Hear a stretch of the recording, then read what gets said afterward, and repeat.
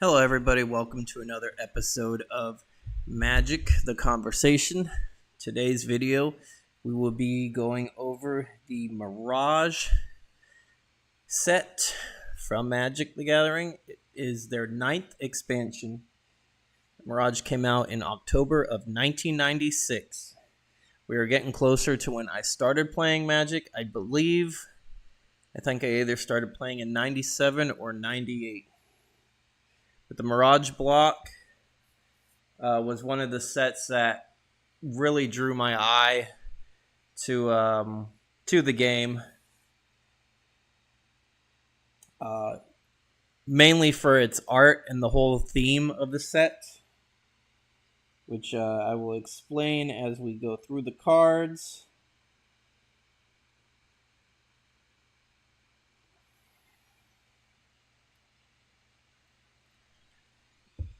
The style of Mirage is kind of like a fantasy African. It has a lot of African themes. The story still takes place in Jamora, in Dominaria. It's just on a different part of Dominaria, the island of Jamora, which is like an African island, so to speak. It's very tropical. It's got deserts, islands, mountains, jungles, swamps. It's just a lot more tropical than Dominaria. The rest of Dominaria is. There is a powerful planeswalker named Teferi. He can manipulate time, but to an extent. And he was experimenting with time, and those experiments ended up having side effects to the world.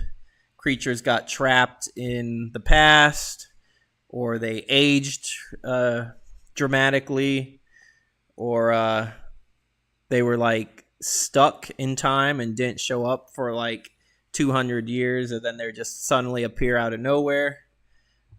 This would be later explained in better detail in future Magic sets. This would be a reoccurring theme where they would dive deeper into each character storyline as the years go by. There was a war called the Mirage War. That's where the set gets its name.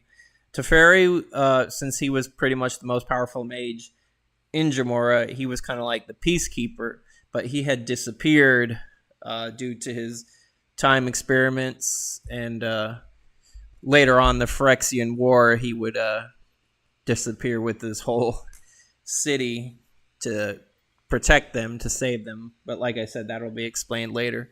But in Teferi's absence, three minor wizards ended up struggling to keep the balance of power. Mangara, Jolrael, and Karvik. Karvik was the antagonist. He wanted to conquer all of Jamora, and he has a lot of ties to demons, ancient spirits. Whereas Jolrael was a protector of the wilds, and Mangara was the one who was the most civilized and tried to substitute playing Peacekeeper in Teferi's absence. That is it for a brief storyline. Now let's get into the cards themselves. Starting off, we have Abyssal Hunter, 4 mana, 1/1. I think it's an assassin now. Yep. You pay a black, tap target creature. Abyssal Hunter deals to that creature an amount of damage equal to its power. Some smiles show cheer, some merely show teeth. Not really that good, because Abyssal Hunter only has 1 power, so he's only going to deal 1 damage to the creature. But black does not have a lot of tap effects. It still locks the creature down. But the card is outdated. Now, Abyssal Hunter, if you play cards to make his power greater, then he becomes more of a threat. But 4 mana, and he still has 1 toughness on his own. Still not that good. Next up, Acidic Dagger.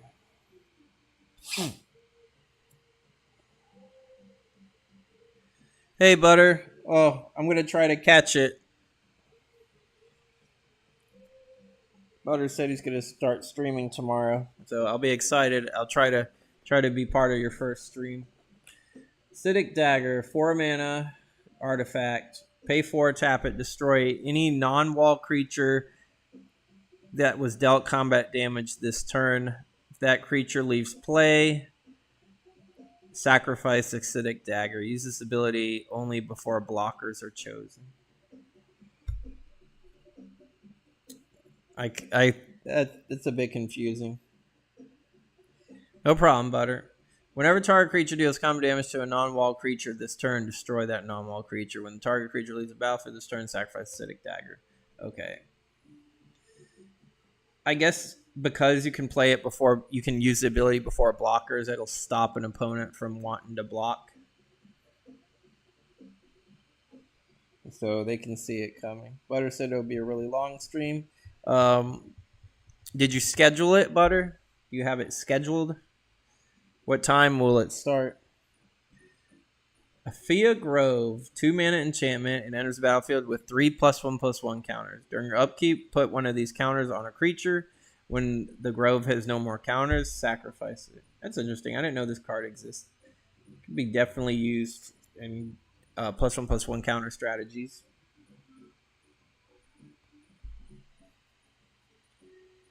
Hey, Lunda, welcome in. Afterlife, 3 mana. Destroy target creature and put an essence token onto the battlefield under the creature's controllers. Treat this token as a 1/1 creature with flying. Facets of Life, Reflections of Soul. So for 3 mana, you can destroy a creature, and whatever creature you destroy, the owner gets a 1/1 creature with flying. So they could have an 8/8 creature with flying, and you use Afterlife on it, and it's destroyed, and they get a 1/1. The creature can't be regenerated either, so that's a bonus. Decent card. Agility, 2 mana. Enchanted creature gets +1/+1 in flanking. Flanking is a new ability in the set.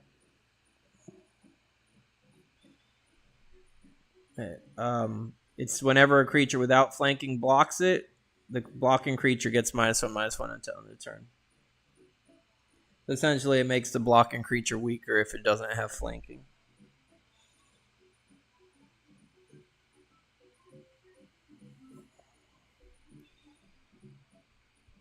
All right, Butter, I'll try to get it when I wake up. Alarum, 2 mana, untap target non-attacking creature. That creature gets +1/+3 until end of turn. One timely cry of warning can save 9 of surprise. Siddur Jabari.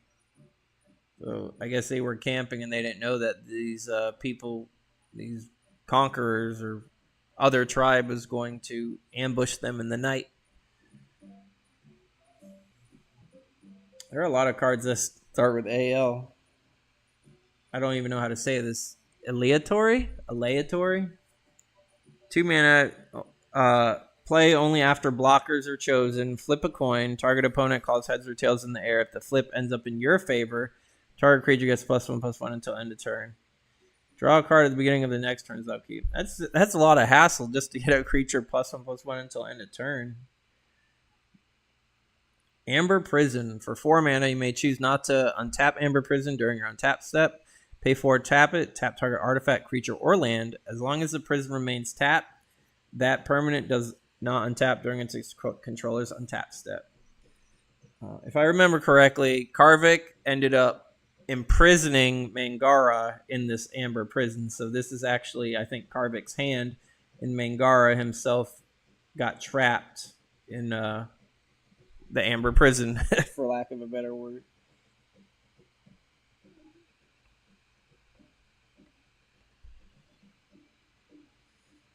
Amulet of Unmaking. For 5 mana, pay 5, tap it, remove it from the game, remove target artifact, creature, or land from the game. Play this ability only as a sorcery, which means you can only play it on your turn.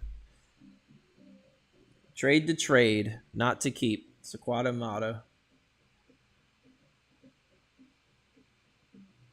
It's a slow artifact that removes an artifact, creature, or land from the game. But it's still pretty good because any color can use this card. It just costs a lot of mana to do for nowadays standards. Ancestral Memories, 5 mana. Look at the top 7 cards of your library. Put 2 of those cards in your hand and the rest into your graveyard. Even the ancient storytellers proclaimed Zalfir to be dominant over all of Jamora. Karvik's invasion shocked us all. Hakim the Lore Weaver. It's an expensive card draw spell, but you get to choose 2 out of 7 that you draw. Good for control and if you want to put cards in your graveyard. Armorer Guildmage. There'd be several Guildmages in the set. Each dedicated to the corresponding trio of colors. This one, you can pay a black, target creature gets power +1 until end of turn, or you can pay a green to give that target creature +1 toughness until end of turn. Zalfir's Destiny rings in tempered steel. Versatile, but still, I think overall weak card. And that goes with all of the guild mages in this set. Armor of Thorns, 2 mana, 2/2. You may play this as an instant. If you do, sacrifice it at the end of your turn. It cannot go on a black creature, and it gives the enchanted creature +2/+2. It's a good combat trick. If the opponent doesn't see it coming, you can save your creature and give it temporary +2/+2 until end of turn. Or you can permanently boost your creature. It's cards that have additional options are always going to be good because you get more than one use out of them. Ashen Powder, 4 mana. Put target creature from an opponent's graveyard into play under your control. What you call decay, I call ripening. You'll gain no sustenance from this harvest. Karvik. Stealing your opponent's creatures is always nice, but the fact that you got to take it from their graveyard means it's more situational, but it's still good. If you're running cards like Discard, where you choose a creature in their hand to discard it, you can bring it back with Ashen Powder. So that was a good popular strategy back in the day. Hey, Linda. I'm not gonna talk about that on this stream, unfortunately.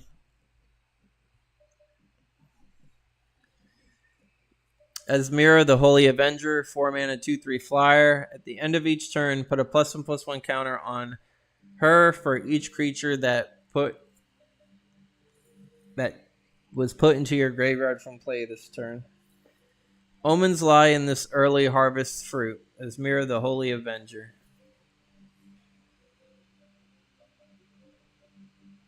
So if you have a deck that has a way to sacrifice creatures, you could get Asmira to get a lot of +1/+1 counters based on the creatures that you sacrifice.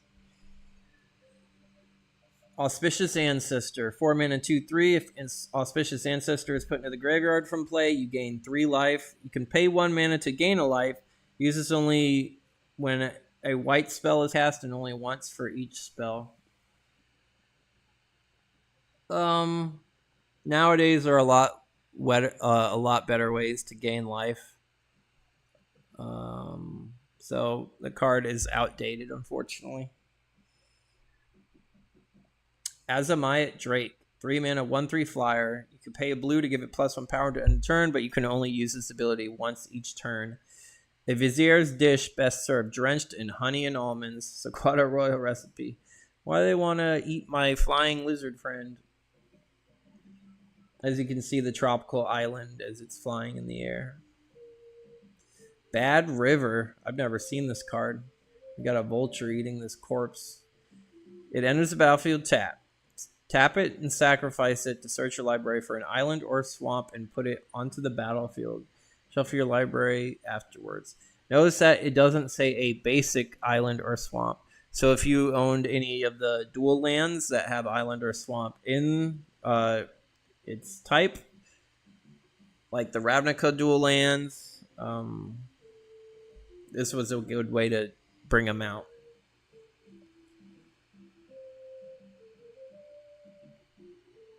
Yeah, Magic has a lot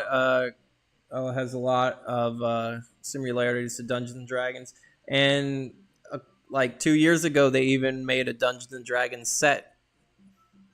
Barbed back worm, 5 mana, 4/3. Pay a green, target green creature blocking it gets -1/-1 until end of turn, and you can use this ability as many times as you want, as long as you have access to the black mana to essentially kill the creature before it even is able to damage the worm. The Monvoli jungle has given the darkness teeth for tearing the gift of life from the weak, from Drill Rail. I really like worms. They are probably my third or fourth favorite creature type. Slivers being number one, but slivers are for another time. Dragons number two, and snakes are probably number three. But worms are kind of like a combination of a dragon and a snake. As you can see, this card has it's a little gory because this worm killed this unfortunate adventurer, and he's literally just chewing on his arm. You can see the blood and everything.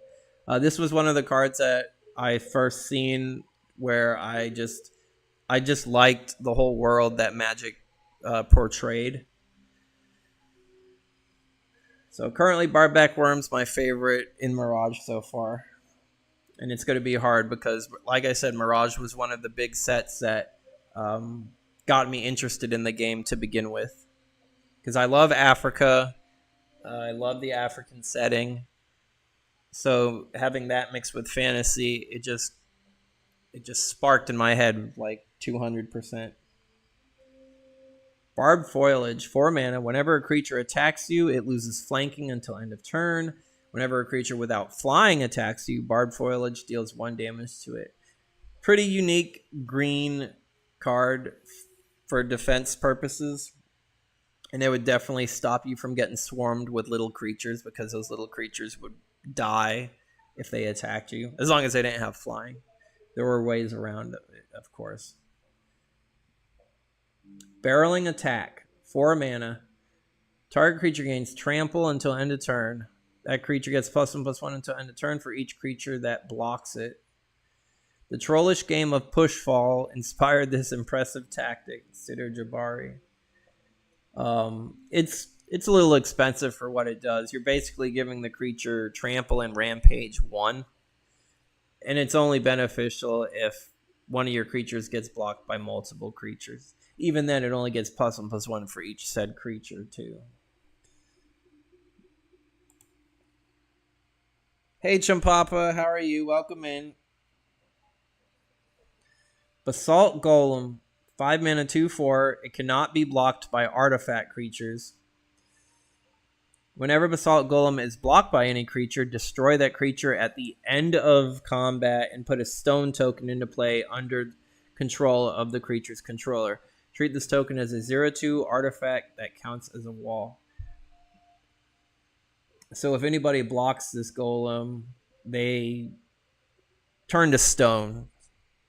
Essentially, that's what's happening. The creature's destroyed, and the owner gets a 0/2 artifact creature that's a wall. Pretty decent. I did have this also in my Basilisk deck, where I forced all my opponents to block all creatures. But it does cost 5 mana. It's a little expensive. Bay Falcon, 2 mana, 1/1 flyer. Attacking does not cause the falcon to tap. Wear the falcon's feather in your hair. Be fast as the falcon, bright as the sun. Rise on wings as a Zalfrin song. A lot of vigilance was a pretty cool ability for blue to have. That's what attacking does not cause this creature to tap would later turn into that keyword. And I like birds. Bazaar of Wonders, 5 mana. When Bazaar of Wonders comes into play, remove all cards in all graveyards from the game. Whenever a spell is played, counter it if a card with the same name is in play or in any graveyard. So after this comes out, it'll all the graveyards will be removed from the game. So it's good if your opponent needs their graveyard. It totally kills their strategy. And then afterwards, if it says that no more than one of a certain spell could ever really be played. Benevolent Unicorn. 2 mana, 1/2. Whenever a spell assigns damage to a creature or player, that damage is reduced by 1. The best use for a unicorn's horn is to adorn a unicorn. Femref adage. I think the major color that this is decent against is black and red. This card would shut down Pestilence. Oh wait, no, it doesn't. It's a spell, not ability. Never mind. It's only good against red. And even then, preventing one damage does matter sometimes. And it says, I choose you, Pikachu. No Pokemon yet. No Pokemon and Magic collaboration. Benthic Dijin. 4 mana, 5/3. Island Walk. However, during your upkeep, you lose 2 life. In all my years, I've only met one mage who successfully trapped a Djinn, and none who tried and failed. Talaba the Ember Mage. This set has a lot of Djinns. Djinns are very prevalent in African mythology. And more than often, every Djinn that you summon has a price to it. And this one in particular, you lose 2 life during your upkeep. And this guy, I assume, is being dragged into the briny depths. Binding Agony. 2 mana. For each 1 damage dealt to enchanted creature, Binding Agony deals 1 damage to that creature's controller.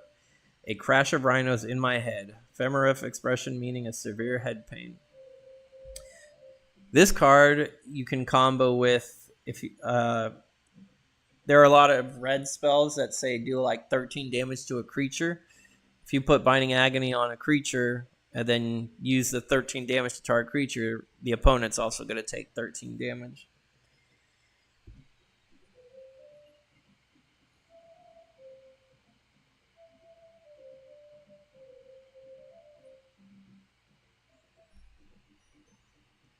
Blighted Shaman. 2 mana, 1/1. Tap him, sacrifice a creature. Target creature gets +2/+2 until end of turn. Or you can sacrifice a swamp and give a creature +1/+1 until end of turn. Not good. Not good at all. I can't really say why you would want to do these things. There's a lot better sacrifice engines and a lot better rewards for sacrificing your creatures and lands.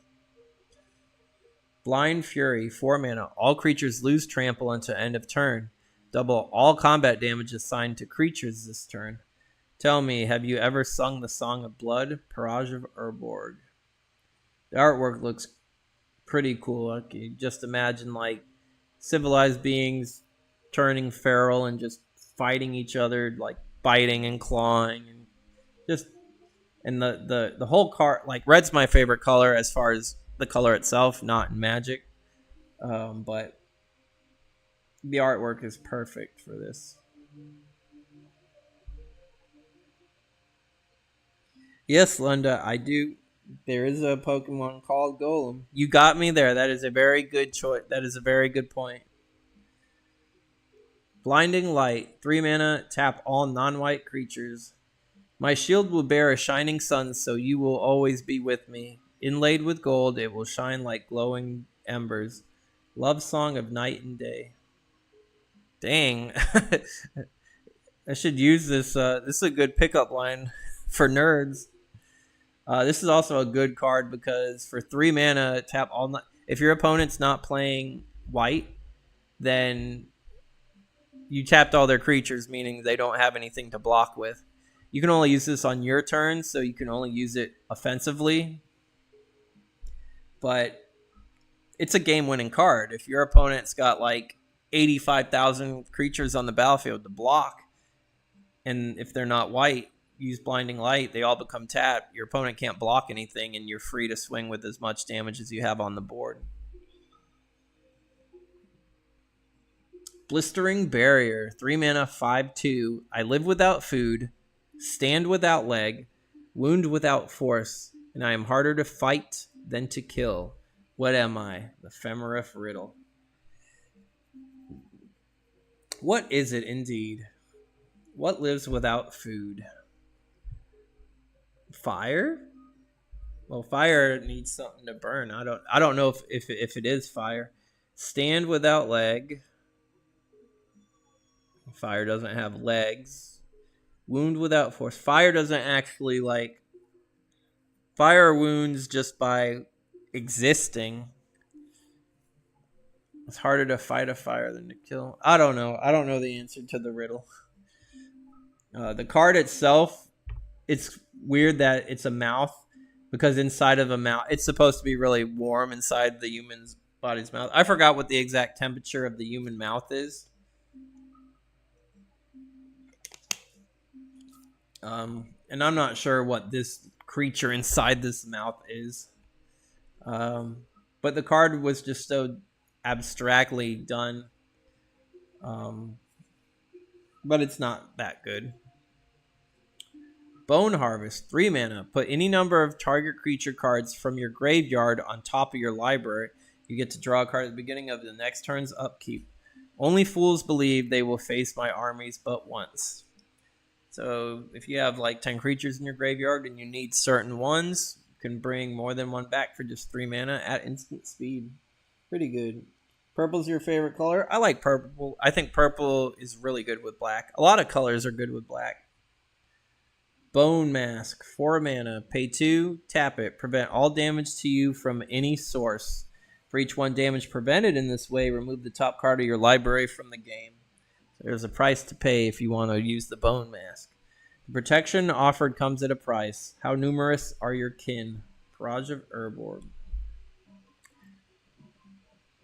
Boomerang, reprinted from Legends, and I do believe Alpha. 2 mana, return target permanent to its owner's hand. Lie always returns. Be careful how you catch it. And permanents are lands, creatures, enchantments, planeswalkers, artifacts. Pretty much cards that stay out on the battlefield. This is really good because you can target opponent's land. You could slow them down for a whole turn. Breath Stealer, 3 mana, 2/2. As a child, I slept with a cloth over my face to hide from the spirits that might pull the air from my lungs, mostly the Femorif Weaver. And you pay a black to get +1/-1 until end of turn. This is another example of where the artwork I thought was pretty cool, because this I assume it's a spirit. No, it's still a Night Stalker. It killed somebody and it's holding a severed head. Again, I think the gore factor in this set really they kicked it up a notch, and I'm surprised that they got away with it based on some things that have been censored in Magic's past. But I can just imagine this creature going through the night into somebody's bedroom and beheading them. The artwork is just phenomenal. Card itself might not be that good. There is a combo, though, I believe in the next set, or it might even be in this set. But it's kind of like a miniature version of Exodia from Yu-Gi-Oh! There's 3 creatures, and Breath Stealer is one of those 3. And you sacrifice those 3 creatures to search your library for a stronger creature and put it on the battlefield. Breath Stealer is part of that combo. Brushwag. It's a goofy-looking armadillo made of bramble.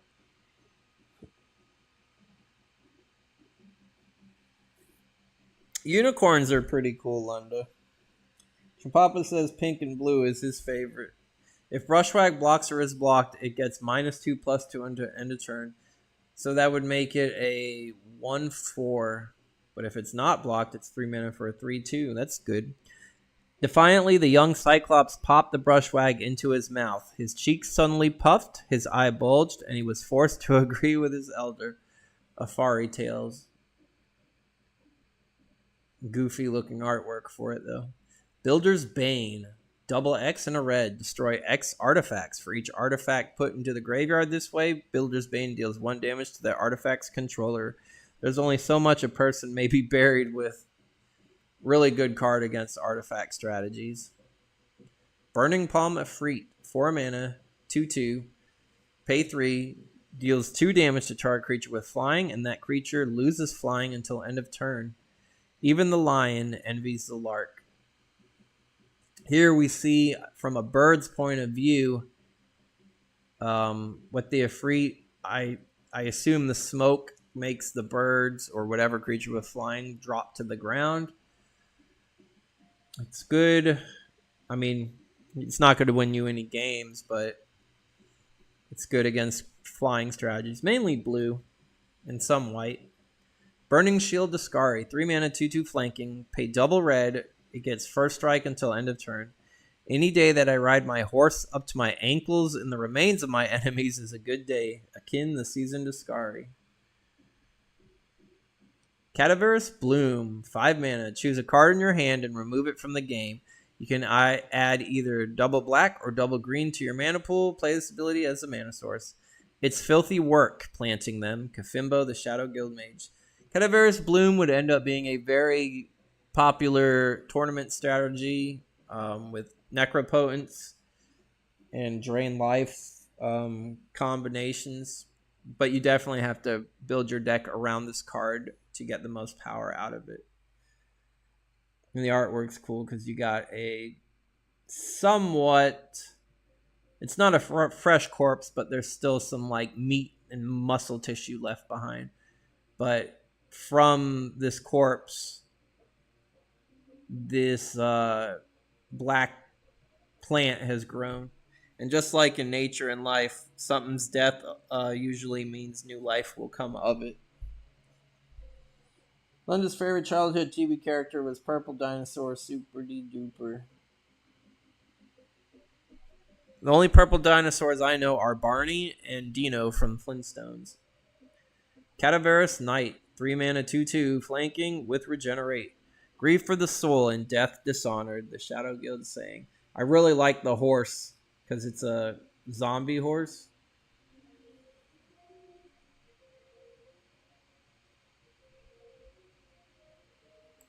Bardback Worm's still my favorite so far. Canopy Dragon, 6 mana, 4/4 trample.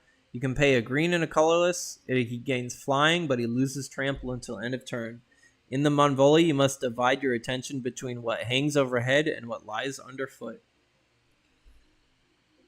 It's a weird looking 6-legged or armed dragon. The face is a bit distorted. And it costs 6 mana, so it's a bit costly. If it was a 6/6, it would be a lot better. Morty seems to be a glutton for torture. So I've heard. Carry on. 3 mana. Sacrifice a creature. Put into play a number of maggot tokens equal to the sacrificed creature's power. Treat these tokens as 0/1 black creatures. King or herder, the maggots care not. That's true. No matter what you did in life, we all will eventually perish. And just the cycle of life, that's just how it is. We will all rot somehow, some way, unless we're like cryogenically preserved. This card is good if your creature is going to die anyway. You might as well. It's an instant, so if your opponent destroys your creature, you can use this in response to the spell. And you at least get some tokens from the creature. The bigger the creature, the better. Catacomb Dragon, 6 mana, 4/4 flying. When Catacomb Dragon is blocked by any non-artifact, non-dragon creature, that creature's power is cut in half, rounded up until end of turn. Weird ability for what the card does. But the artwork I really like. The dragon has a very serpentine body. It even has like the diamondback patterns of a African viper. I love dragons, and Catacomb Dragon, I love the artwork. Bardback Worm, I think, is still the better card, but Catacomb Dragon's going to get my current favorite from the set.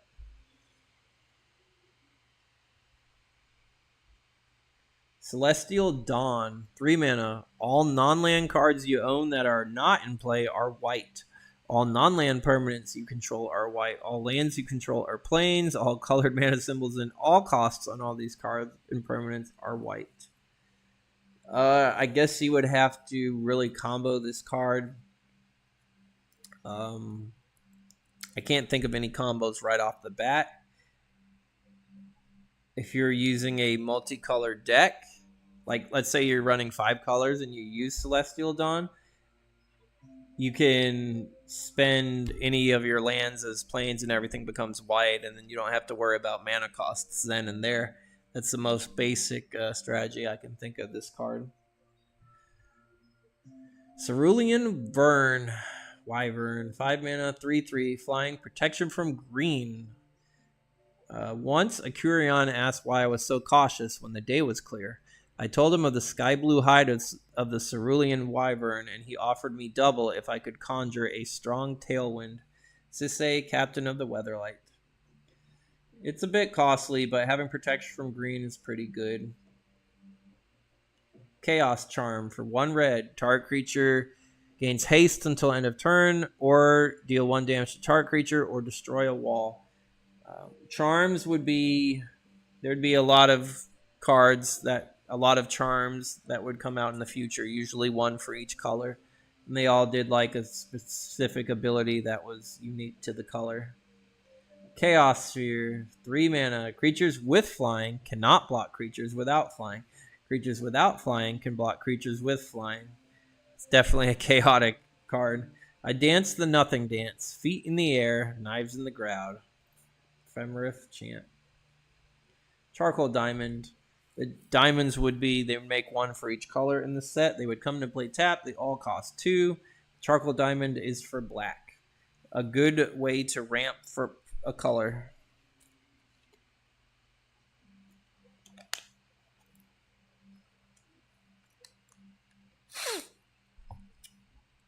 Chariot of the Sun. 3 mana, pay 2, tap it. Target creature you control gains flying and has its toughness reduced to 1 until end of turn. Sun follows Moon until she tires, then carries her until she's strong and runs ahead of him again. Love Song of Night and Day. I did not know this card existed. Reducing your creature's toughness to 1 does put it at risk of getting easily killed by certain combat tricks and direct damage. But if you need to get that damage in there, it's a good option. Or if you need, you can use it defensively. I mean, if you have to block creatures with flying and you don't have any creatures with flying out, Chariot of the Sun will give them flying, but they're most likely going to die since their toughness is reduced to 1. Excuse me. Choking Sands. 3 mana, destroy target non-swamp land. If that land was a non-basic land, Choking Sands deals 2 damage to that land's controller.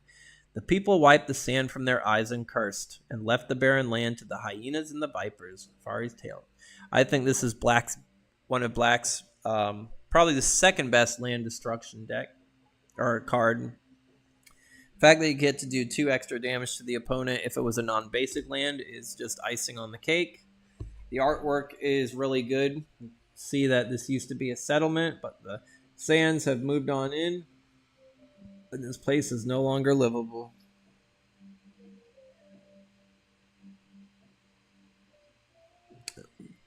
Glad you have some fresh air, Lunda. Enjoy the day. Cinder Cloud, 5 mana, destroy target creature. If a white creature was put into the graveyard this way, Cinder Cloud deals damage to its creature's controller equal to the creature's power. Oh, this person's like jaw came off. It's a great card. Nowadays, red doesn't really have any destroy target creature cards. And the whole, if it's a white creature that was destroyed in this way, is a bonus to it too. And it is an instant, so I can justify it costing 5 mana to be able to cast it as an instant. Circle of Despair. A white, a black, and a colorless. Its enchantment, pay 1, sacrifice a creature, prevent all damage to any creature or player from any one source. Life is a resource that should belong only to the strong. Shaku the Endbringer. I guess here we have somebody trying to protect their family from whatever is about to kill them. Excuse me. Good if you have a lot of creatures to sacrifice to prevent damage dealt to you. Civic Guildmage. To condemn the innocent, you must first condemn yourself. Civic Guild Maximum. Pay a green, target creature gets +1 toughness until end of turn. Pay a blue, put target creature you control on top of your library. On top of your library is if they have an enter the battlefield effect, where you can guarantee that you're going to be able to play it every turn, or to keep you from like losing the game if you have no cards in your library. Cloak of Invisibility. Enchanted creature gains phasing and cannot be blocked by walls. Useful if you can find it. Pashad Ibasim, the Sequata Trader. Phasing, this goes back to when Teferi was like experimenting with time manipulation. So at the beginning of your turn, if you have a creature that has phasing, it is removed from the game, and all cards attached to it, all tokens and counters on it are removed from the game. In a separate zone, they just phase out. And then at the beginning of your next turn, anything that you have that's phased out re-enters the battlefield as though it was there already. It doesn't trigger any enter the battlefield effects. And if it has, or leave play effects as well. The card just kind of like exists every other turn. And that's kind of goes with Teferi playing with the timeline.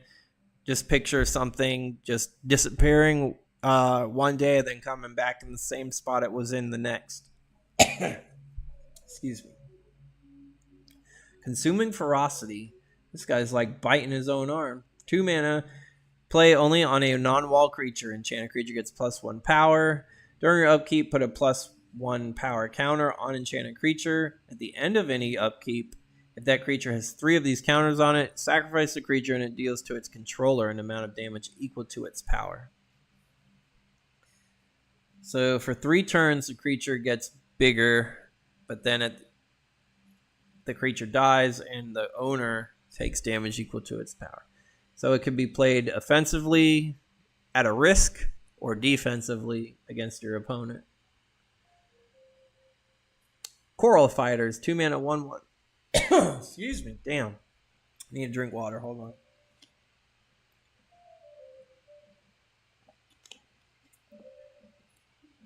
If Coral Fighters attacks and is not blocked, look at the top card of defending player's library. You may choose to put it on the bottom of their deck instead. Not good. If they only cost 1 mana, then maybe they'd be decent, but not good. Crash of Rhinos, 8 mana, 8/4 trample. When I first started the game, a lot of my friends were playing green, and a lot of them were running Crash of Rhinos. 8/4 trample is nothing to look away from. It does cost 8 mana, but the 8 trample alone, regardless of its toughness, my friends won a lot of games using these cards against me. I was happy when I finally had some. I like rhinos. I like all these creatures and animals from Africa. Love is like a rhino, short-sighted and hasty. If it cannot find a way, it will make a way. As much as I do like Crash of Rhinos and the memories it gave me, Catacomb Dragon's still going to get my favorite card from the set so far. Crimson Hellkite. This card, 6, 7, 8, 9 mana for a 6/6 flying. Pay X, tap it, deals X damage to any creature. You can only spend red mana in this way. Dragonfire forged me a warrior. Rashida Scalebane. Cool dragon, but Catacomb's still going to take the cake. He just costs way too much.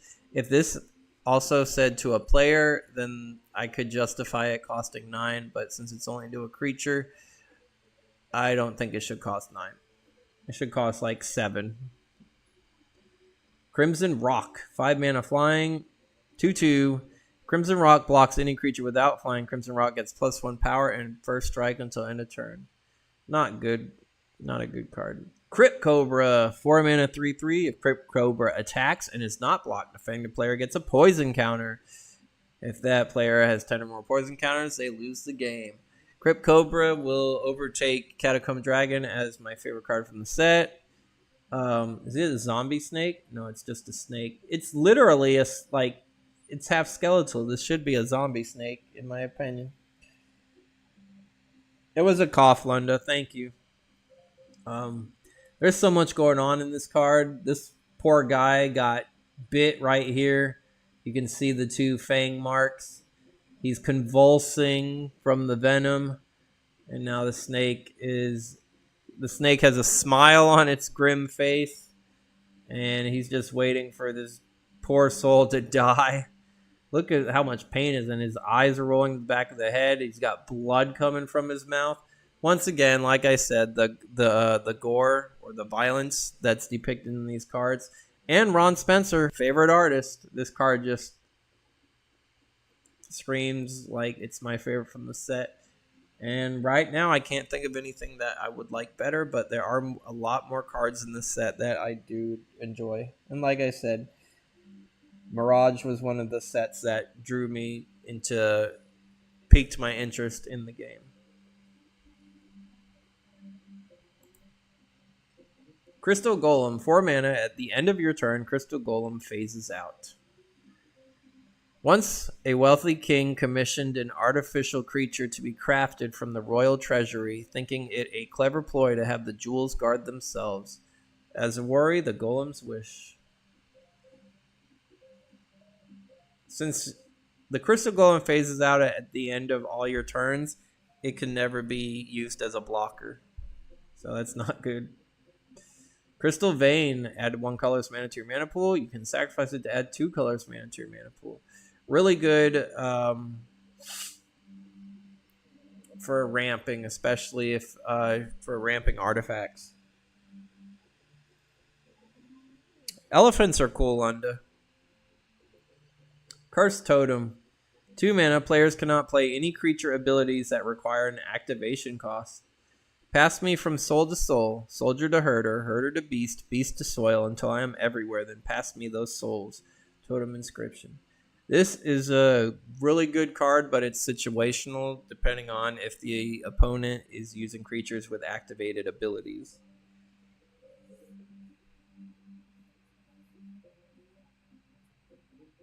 Cycle of Life. 3 mana. Return Cycle of Life to its owner's hand. Target creature you just summoned this turn is a 0/1 until the beginning of your next turn.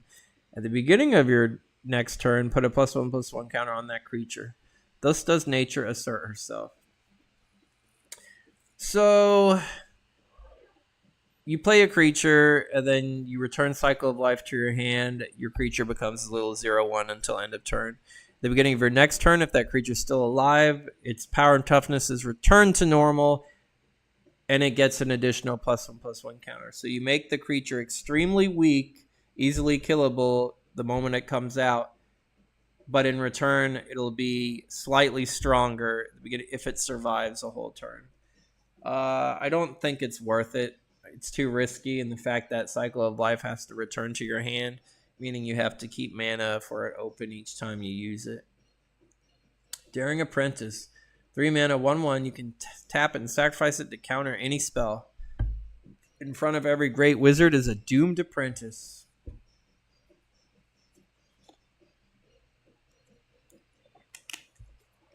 Counterspells kind of lose their power if the opponent can see them coming. Daring Apprentice is easily killed. However, having your opponent know that you do have access to a counterspell out could cause them to rethink their whole strategy. But like I said, Daring Apprentice is easily killable. He's a 1/1 that costs 3. I think it's better just to have counterspells in your hand. Dark Banishing. 3 mana, destroy target non-black creature. It cannot be regenerated. Femerif was guided by the wisdom of the Council of Voices, but in one terrible instant they were slain, leaving Azmira as the sole voice of leadership. Hakeem the Lore Weaver. These barbarian or soldiers like disintegrating. Dark Ritual got the reprint. 1 black to add 3 black to your mana pool. The ceremony ended with a voice from the shadows, a voice with vast ominous power. Kafimbo, the Shadow Guild Mage. Dazzling Beauty. 3 mana, play only when blockers are chosen. Target unblocked creature this turn becomes blocked. Draw a card at the beginning of your next upkeep. Decomposition. 2 mana. Play only on a black creature. Cumulative upkeep. Or enchanted creature gains a cumulative upkeep of 1 life. When the enchanted creature is put into the graveyard, its controller loses 2 life. Fortunately, you can only play it on a black creature. But the opponent has to decide how much life they want to pay, if they want to keep the creature or just pay 2 life and lose the creature right away. Definitely a situational card. There were cards that changes the color words on certain cards that you could use with this to combo it. That way you can use it on any color. But it's definitely a unique card for green. Delirium. Pay a red, a black, and a colorless instant. Play only on your opponent's turn. Tap target creature that player controls. That creature deals to the player an amount of damage equal to its power. The creature does not deal or receive combat damage this turn. The artwork is this undead demon or beast ripping itself apart. Literally tearing the flesh from its body. And if your opponent is playing large creatures, Delirium is a good way for their own creatures to kill them. Dirtwater Wraith. 4 mana, 1/3 Swamp Walk, and you can pay a black to give it +1 power until end of turn. The foul entities of the Ursurk Swamp had never before dared to spread their influence to the very heart of Zhalfir, Hakim the Lore Weaver. Dirtwater Wraith was one of the first black creatures I had. In my black deck, I had a lot of these Shades and Wraiths. It's a little weak because it doesn't get +1 toughness at all. And it's mainly good against black, but the artwork is really good. And this reminds me of like the Lavos' second form from Chrono Trigger. Discordant Spirit. 4 mana, 2/2. At the end of target opponent's turn, put a +1/+1 counter on Discordant Spirit for each 1 damage dealt to you this turn. At the end of your turn, remove all these counters from Discordant Spirit. So, for each amount of damage done to you by your opponent, the Discordant Spirit gets temporarily larger. Disempower. Put target artifact or enchantment on top of owner's library. Mangara is gone. Who among you doubts that I have taken his power? It's Karvik referring to trapping Mangara in the Amber Prison. Disenchant. Destroy target artifact or enchantment. There are harsher ways to learn the meaning of the word no. Rashida Skillbane. Dissipate. 3 mana, counter target spell. Remove that spell from the game. If you weren't born with it, you don't need it. Grahilla, the former trader of Almaquat. Dissipate would be reprinted several times in Magic's future. Divine Offering. 2 mana, destroy an artifact. Gain life equal to the casting cost of the artifact. Squatta Believe in Trade. Femaref Alms. Zalfrin Steel. Be warned, Karvik. Now we are joined. Divine Retribution. 2 mana. For each attacking creature, Divine Retribution deals 1 damage to target attacking creature. To the undiscerning eye, Justice and Vengeance can look the same. Rashida Skillbane. So depending on how many creatures attack would depend on how much 1 damaged creature gets. Drain Life. For each 1 black you spend, in addition to the casting cost, Drain Life deals 1 damage to target creature or player. You cannot gain more than life equal to the toughness or the life total that Drain Life targets. This is reprinted from the original Magic set. Dread Spectre. 4 mana, 2/2. When Dread Spectre blocks or is blocked by a non-black creature, destroy the creature at end of combat. Whatever follows life is incurable. The Zhalfrin aphorism. You got the African-looking spirit artwork, which looks pretty cool. A little cartoony, but they made it look cool. Poor Morty indeed, Lunda. Dream Cache. 3 mana. Draw 3 cards. Choose 2 from your hand and put both either on the top or the bottom of your library. Dream Riches are easily spent. It's decent. If you have cards that you don't need, you can put them on the bottom of your library. You get to draw 3 cards, but essentially you only get to keep 1 of those cards. Dream Fighter. 3 mana, 1/1. When Dream Fighter blocks or becomes blocked by a creature, Dream Fighter and that creature both phase out. Not only the sleeping should fear dreams. So Dreamfighter cannot die in combat under regular means because whatever blocks or becomes blocked by, they just both don't exist until they'll come back at the beginning of their owner's next turn. Dwarven Miner, 2 mana, 1/2, pay 3, tap it, destroy target non-basic land. Fetch the Pest Ritter Paka. We've got Dwarves and the Rotobagas. Jamal, the Ephemera Farmer. Really good card. There are so many good non-basic lands nowadays. And you can use this ability every turn. Really, really powerful card, especially in today's standards. A lot of people use non-basic lands, especially in decks that run more than one color. Dwarven Nomad, 3 mana, 1/1. Tap it, target creature with power 2 or less is unblockable this turn. A dwarf's life belongs as much to the land as to the dwarf. Creed of the Stone Thrower clan. You can see the dwarf is lifting some sort of trap door, or something, protecting, hiding from whoever's walking out here. Early Harvest, 3 mana, target player untaps all basic lands he or she controls. Tonight we'll eat a farewell feast. Cold corn porridge is not enough. Let's peel papayas, pineapples, and mangoes, drink coconut milk, and bake bananas. Love song of night and day. Excuse me. Ebony Charm. Choose one. Target opponent loses life and you gain one, or remove from the game up to 3 cards in a graveyard, or target creature cannot be blocked this turn except by artifact or black creatures. Ikundu Cyclops. 4 mana, 3/4. If any creature you control attacks, Ikundu Cyclops also attacks if able. Big 1 eye, 1 big eye, 1 eye see, 2 eye die. Traditional Cyclops chant.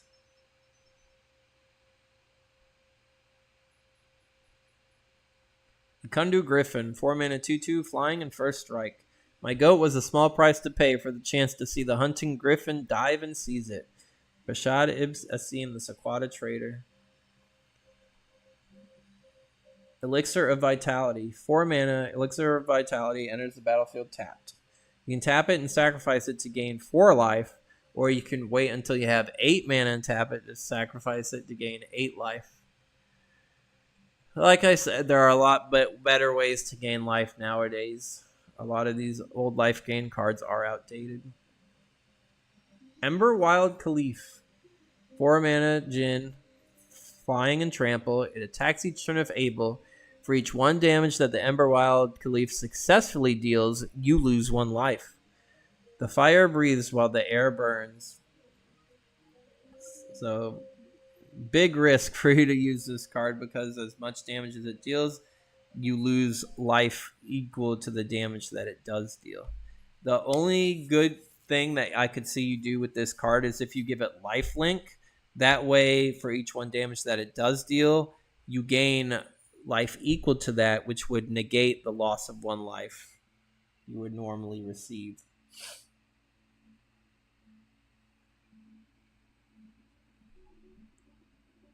Emberwild Jin, 4 mana, 5/4, flying. During each player's upkeep, he or she may pay 2 red or 2 life, and then they gain control of the Jin. A hefty price is no guarantee of quality merchandise. So the opponent can use this against you.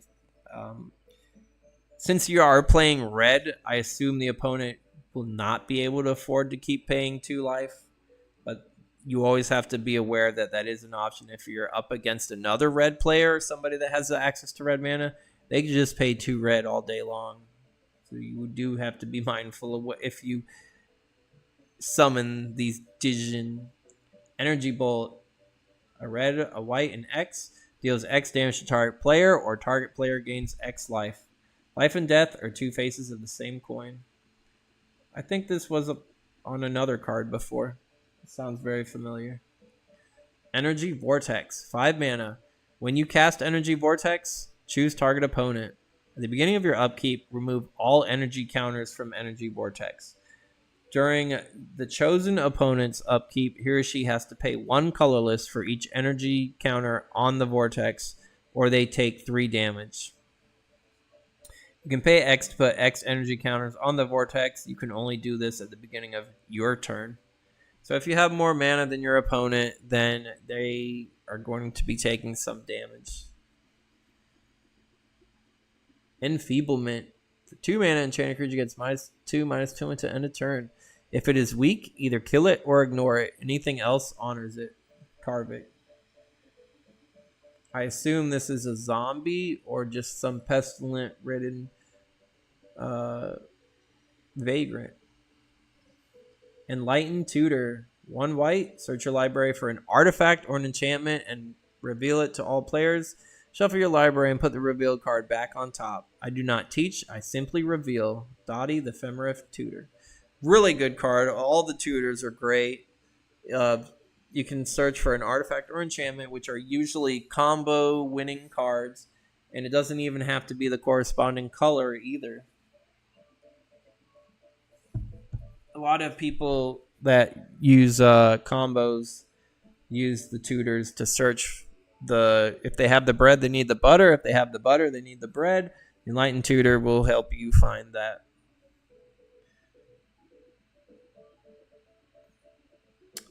Ursat's Gnomes. 3 mana, 1/1. Tap it. Target spell is colorless. Play this ability as an interrupt. Tap them. Target permanent is colorless until end of turn. From jungle to sea, from sea to stone, from stone to field, from field to bone. What am I? Not sure what it is. I like how each different color of mana is represented by a gnome. And each one is like shooting out energy different from this wizard. The black and white one both are coming from the eyes. The green one's coming from the chest. The red one's coming from the mouth. And the blue one's coming from the hands. This is a good card to stop creatures that have protection from certain colors. Because making something colorless means that any card that targets a creature of a specific color, it nullifies it. Ethereal Champion.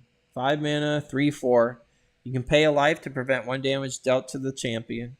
If I have learned anything as a wizard, it is this. Never fight your own battles. Wafa, the Sorcery of Nabaya. Etherwell. 4 mana. Put target creature on top of owner's library. If that creature was red, you may choose to put it on the bottom of its library instead. Whoa, my tail will never fit through that hole. Fallow Earth. 3 mana, put target land on top of its owner's library. And when the farmer awoke the next morning, all the seeds from his field were once again in their sacks. That had to have been part of Teferi's time stream. He hit Teferi. Farmer planted everything, but Teferi made the day rewind to where all the seeds were back in the sacks. This is actually pretty powerful because having your opponent put a land back on top of their deck means they don't draw a new card, and it sets them back a turn if it's early game. Favorable Destiny. For 2 mana, as long as enchanted creature's controller controls at least one other creature, enchanted creature cannot be the target of spells or abilities. If the enchanted creature is white, it gets +1/+2 until end of turn. I didn't know this card existed. It's okay. Ephemerate Archers. 3 mana, tap them. Ephemerate Archers deals 4 damage to target attacking creature with flying. They say a Zelfrin Archer can split the eye of a griffin. Nonsense, of course. They have no faith to guide their darts. Nuru, the Ephemerate Archers. Unfortunately, I mean, a lot of the dragons in this set might have 4 toughness, but bigger dragons and creatures, they're still not going to care about the 4 damage they take if they're attacking.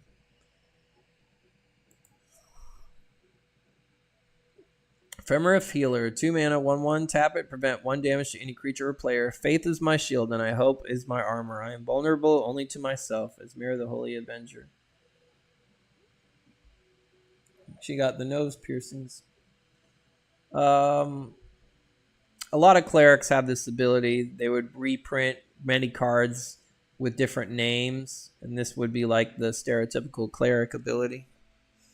By itself, I guess it's okay, depending on like if your opponent is hitting you for 1 or 2 each turn. This will definitely buy you some time. But as the game progresses, it gets weaker and weaker.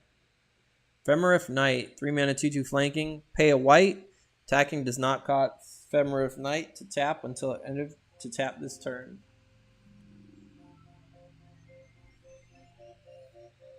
Ephemerif Scouts, 3 mana 1/4. They don't do anything else. The days before the wars were filled with strange portents. Scouts and herders spoke of villagers reduced to ash, of farmers taken from their fields, and of foul beasts roaming the plains in packs. I know, for I spoke to them all. Hakeem the Lore Weaver. Feral Shadow, 3 mana 2/1 flying. The Night Stalkers are such a minor power in Urborg. Their sad eagerness to elevate themselves make them willing tools in the plundering of little Ephemerif. Feral Shadow becomes the second creature, part of that combo to summon the larger creature. I just see this spirit flying in the night. By itself, it's not really that good card. Fetid Horror, 4 mana 1/2 Shade. Now this guy gets both +1/+1 into end of turn, unlike the Dirtwater Wraith. One of the 6 who went down to the Ursuk Trail to scout ahead. Of the 6 who went down to the Ursuk Trail to scout ahead, only one returned. She clawed at her eyes and nostrils and sobbed with horror. I was curious about what she saw, but we chose another path. Scout Ekmet, the final journal. The artwork is really good of this card. But Crypt Cobra is still going to be better. Fetid Horror gets a second place, though. I like this card over Catacomb Dragon and the Crash of Rhinos and the Bardback Worm. A lot of it is because of the flavor text too. This story was like, I could just picture in my head of what if she saw one of these and it had killed 5 of the others. And the fact that it was the final journal from Ekmet. We don't know if they chose the correct path or not, or if this thing had followed her and eventually got to the rest of them. Final Fortune for 2 red. Take another turn after this one. You lose the game at the end of that turn. So you better hope you win the game at the end of that extra turn that you get. It's still a really powerful card. Anytime you're able to take another turn, that just gives so much in the form of power. Because all your creatures are able to untap, all your lands untap. You draw another card, and the opponent, if anything survived the first turn that you used this card on, they have to try to survive again somehow, some way. Fire Breathing, a reprint enchantment that gives a creature the fire breathing ability. Magic's only part of it, my friend. Diet does the rest. Fire Diamond, the red diamond of the diamond cycle. Flame Elemental, 4 mana. I don't even know what I'm looking at, to be honest. Oh, here he is. Here's the head. Here's the fire body. Richard Kane Ferguson strikes again with his abstract art. Oh, here's his mouth. Excuse me. Pay red, tap him, sacrifice him. He deals an amount of damage equal to his power to target creature. It's only a 3/2. Storyteller, by my hand in the fire, this story is a tale of power. The listeners may give you strength. Flare, 3 mana, deal 1 damage to a creature or a player, and you get to draw a card at the beginning of the next turn. In the forest, fires light the sky as black clouds unfold their weight. Love Song of Night of Day. Not good. If it was 2 damage, it would be a lot better. Flash. For 2, choose a creature card from your hand and put it directly onto the battlefield. You still have to pay the creature's casting cost, but it is reduced by 2 colorless mana. If you can't, you have to sacrifice the creature. The artwork on this card is kind of funny, kind of weird. I assume this is like an African spirit that just showed up from these lightning strikes. And this guy's like, oops. He's like, what do I do? What do I do now? Floodgate, 4 mana.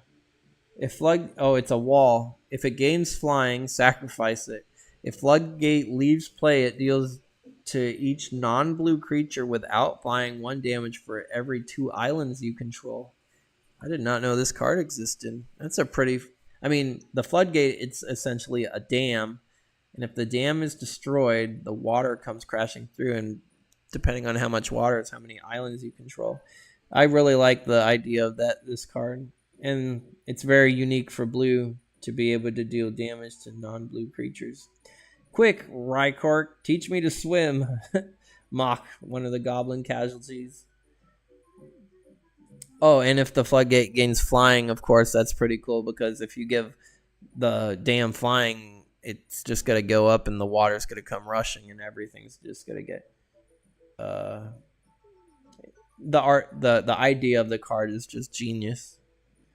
Floodplain comes into play tap, but it's the search land for plains and islands. Fog, reprinted. More armies have been lost in the confusion of the jungle mists than to any battle. Prevent all combat damage this turn. Foratog, 3 mana, 1/2, pay a green, sacrifice forest. He gets +2/+2 until end of turn. 500 years to grow, barely a minute to eat. Excuse me. So if you guys remember a Tog from the Antiquities set, I did say that in the future there would be more different Atogs made, and this is a set where they would be remade. Each color gets a different version. I don't think red got one, because red has the original Atog, so the 4 other colors just got different Atogs instead, if I remember correctly. But this would happen again later on in Magic's future. We would get 2-colored and 5-colored Atogs. Forbidden Crypt. For 5 mana, it's an enchantment. For each card that you would draw, instead choose a card in your graveyard and put it in your hand. If you cannot draw a card from your graveyard, you lose the game. Whenever a card is put into your graveyard, remove that card from the game. So you're essentially switching your graveyard and your library, but whatever goes in your graveyard afterwards is removed from the game, and if your graveyard disappears, you lose the game. There's a combo that I use this card with called Donate. Target player gains control of target card that you own. So I would cast Forbidden Crypt, and then I would cast Donate, giving my opponent the Forbidden Crypt. If my opponent can't draw any cards from the graveyard, then they end up losing the game instead. It is a one-trick pony, though, because then the opponent can see it coming afterwards. It's basic forest. Here's a little waterfall from this lush African jungle. There's a little glade from all the African plants. And the artwork of it continues.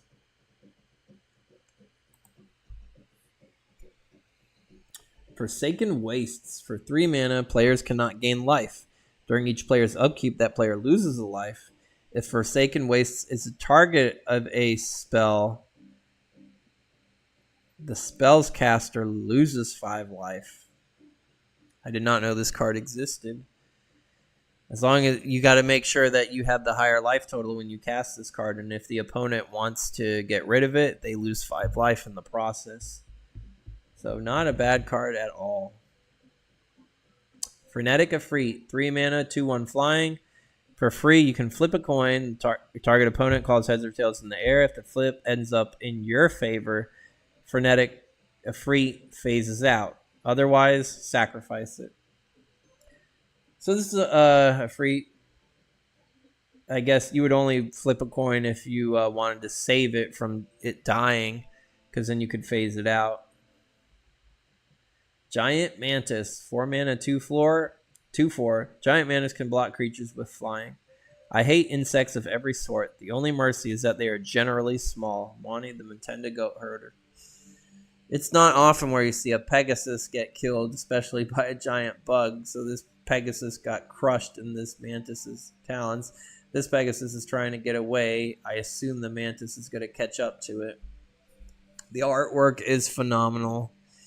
Giant Mantis, Crypt Cobra, Fetid Horror. It's so hard to choose a favorite. Giant Mantis, though. Crypt Cobra is still going to get it. Giant Mantis gets second, and Fetid Horror goes to third. It's so hard to choose a favorite card in this set, though. I would have to say, out of all the Magic sets, Mirage is probably going to be my second or third favorite set. Gibbering Hyenas, 3 mana, 3/2. They cannot block black creatures. Hyenas laughing. What's the joke? Ephemera phrase meaning that's not funny. I think they might be the only hyenas in all of Magic. I would have to research that. 3 mana, 3/2. They can be pretty aggressive. That's their only drawback is they can't block black creatures. Goblin Elite Infantry, 2 mana, 2/2. If they blocks or become blocked, they get -1/-1 until end of turn. They talk a good fight. So they're a weaker version of Grizzly Bears. Goblin Scouts, for 5 mana, put 3 1/1 Goblin tokens onto the battlefield, and they have Mountain Walk. Pathetic, like I wouldn't know a goblin painted up to look like a dwarf. And that's what these goblins did, because goblins are usually green or brown. These ones painted themselves. There's so much going on in this artwork, too. The goblins are detailed. This one's got a skinned frog hide. You got a monitor chilling on this rock. Butterflies all around. You got a frog on this guy's stick. These tribal scouts are walking. I assume the goblins are hiding. I don't think they've been seen. They've been spotted. Goblin Soothsayer. 1 mana, 1/1. Pay a red, tap it. Sacrifice a goblin. All red creatures you control get +4/+1 until end of turn. I see a great victory in Rivers of Blood. Looks like a spleen. Grishnek, the Goblin Soothsayer. So these are entrails. And this goblin is reading, telling the future by looking through these entrails. Again, here's the gore factor. Goblin Tinkerer, 2 mana. Pay a red, tap it, destroy target artifact. That artifact deals an amount of damage equal to its casting cost to the Goblin Tinkerer. Can they do that in Water the Zafran Artificer? His last words.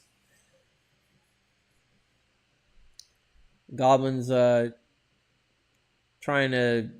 I don't know what artifact this exactly is he's playing with, but it's going to explode.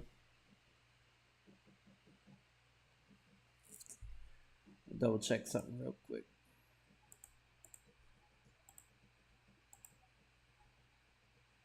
All right. Granger Guildmage. White, target creature gets first strike at the end of turn. That's decent. Pay a red.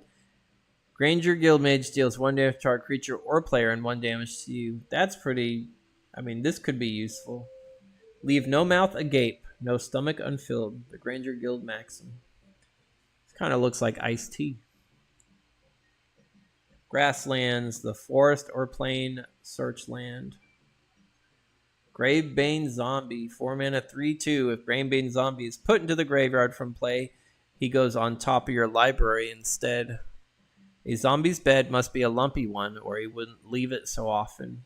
Ran on the Sequata Market Fool. This is cool because they were at the cemetery, and then zombies coming up from the dead, and she's trying to keep them down. Or her. I'm not sure what the gender of the zombie is.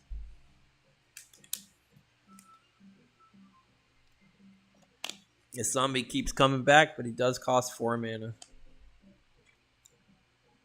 Grave Servitude, 2 mana. You may choose to play it as an instant. If you do, you sacrifice it at the end of the turn. Enchanted creature gets +3 power, but -1 toughness, and becomes black. I no longer believe in a final resting place. My brother Jameson, he ended up making a wrestler, and I think this card gave him the inspiration for one of his zombie characters. Grim Feast. Here we got some more definitely horrific art. This guy is gnawing on a severed corpse's arm. At the beginning of your upkeep, Grimfist deals 1 damage to you. Whenever a creature is put into the target opponent's graveyard from play, gain an amount of life equal to that creature's toughness. Midnight snack. They're funny. Flavor text is funny sometimes. I assume that you would definitely want ways to kill your opponent's creatures in order for you to not keep taking damage or losing the game to your own card.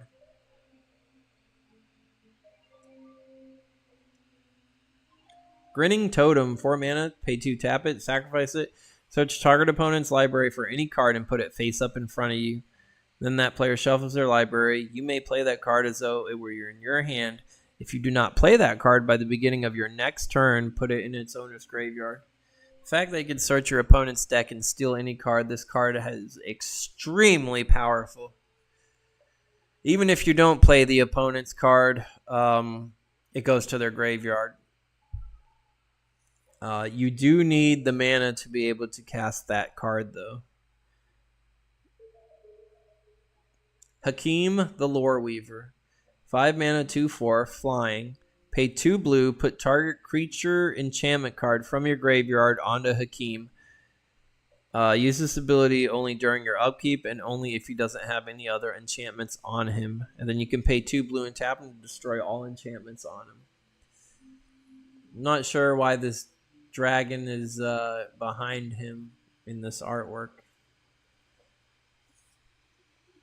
Hall of Gemstone. 3 mana. During each player's upkeep, that player chooses a color. Until end of turn, each mana producing land that produces mana of the chosen color instead produces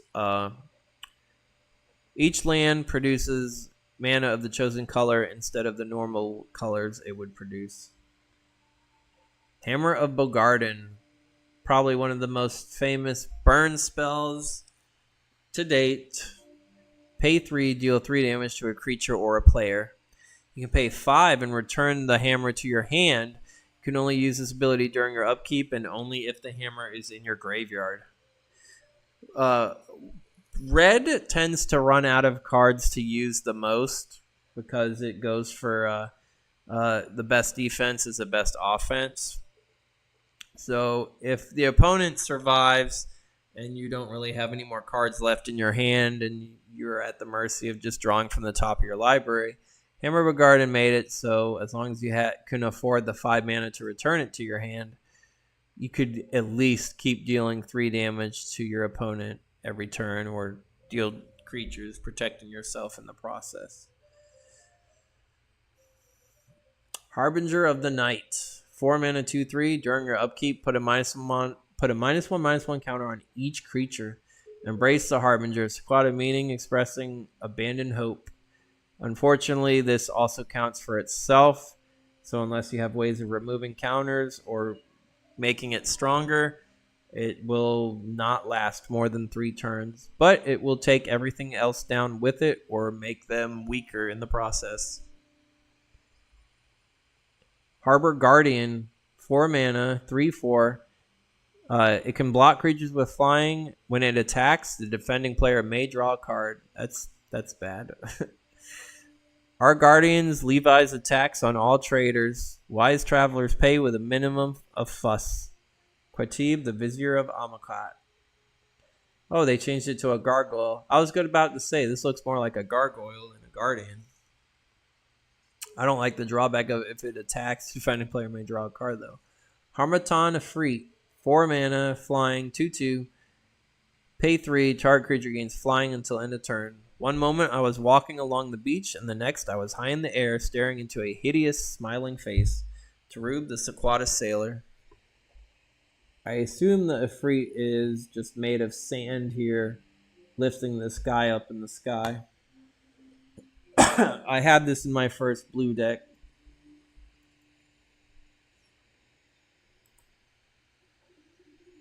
Haunting Apparition, 3 mana, 1/2, flying. Its power is equal to 1 plus the number of green creature cards in target opponent's graveyard.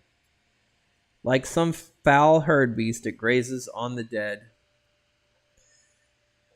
If your opponent's not playing green, then he doesn't do much. Haze Rider Drake, 4 mana, 2/3 flying, protection from red. The Haze Rider danced in thunderstorm and sang to its music, Afari Tales. This Drake's better than most of the other Drakes in the set. Cost 4 mana. It does have a nice 3 toughness for its body. Protection from red means red's going to have a hard time dealing with it. It can't burn it with any of its burn spells. It could block its dragons all day long. Red only has so many options it can handle against cards that have protection from it. Healing Solve, it gets reprinted. I do like the artwork on this. Very dramatic looking. The Ephemerif look only to the sun for healing. They have never truly understood life cycle. Kafimbo, the Shadow Guild Mage. Oh, I'll go ahead and say either a player gains 3 life or you prevent 3 damage to any creature. Hibis of the Scale, 5 mana. Viashino. This is the first set that would have Viashino. They are lizard. They're like the Argonian from the Elder Scrolls games. They're lizard people. Tap them to gain control of target dragon. If Hibis becomes untapped or you lose control of Hibis, you lose control of the dragon. So he's a dragon, good counter against dragons. Horrible Hordes, 3 mana 2/2 with Rampage 1. If you are able to underestimate the hordes. Ian Miller does some abstract artwork as well. Like, this is literally like all kinds of kitchen utensils that have become animated. We got like a lamppost here. I don't even know what this is. Just a rectangle with arms.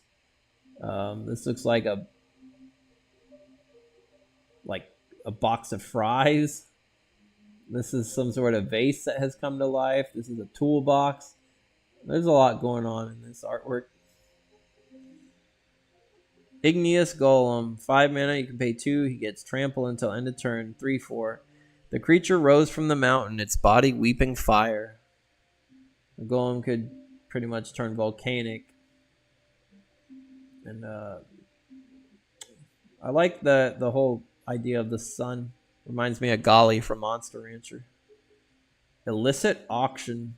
5 mana, choose target creature. Each player may bid life to gain control of that creature.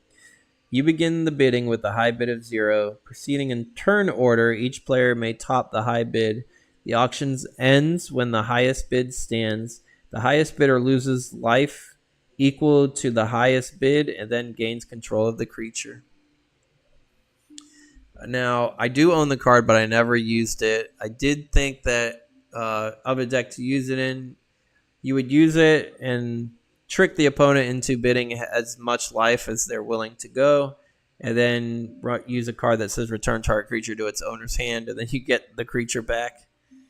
And they paid that life for nothing. But again, it's a one-trick pony. Illumination! 2 white. Counter target artifact or enchantment spell. That spell's caster gains an amount of life equal to the spell's cost. I did not know this existed, and this is technically white's first counter spell, but it only works against artifacts and enchantments.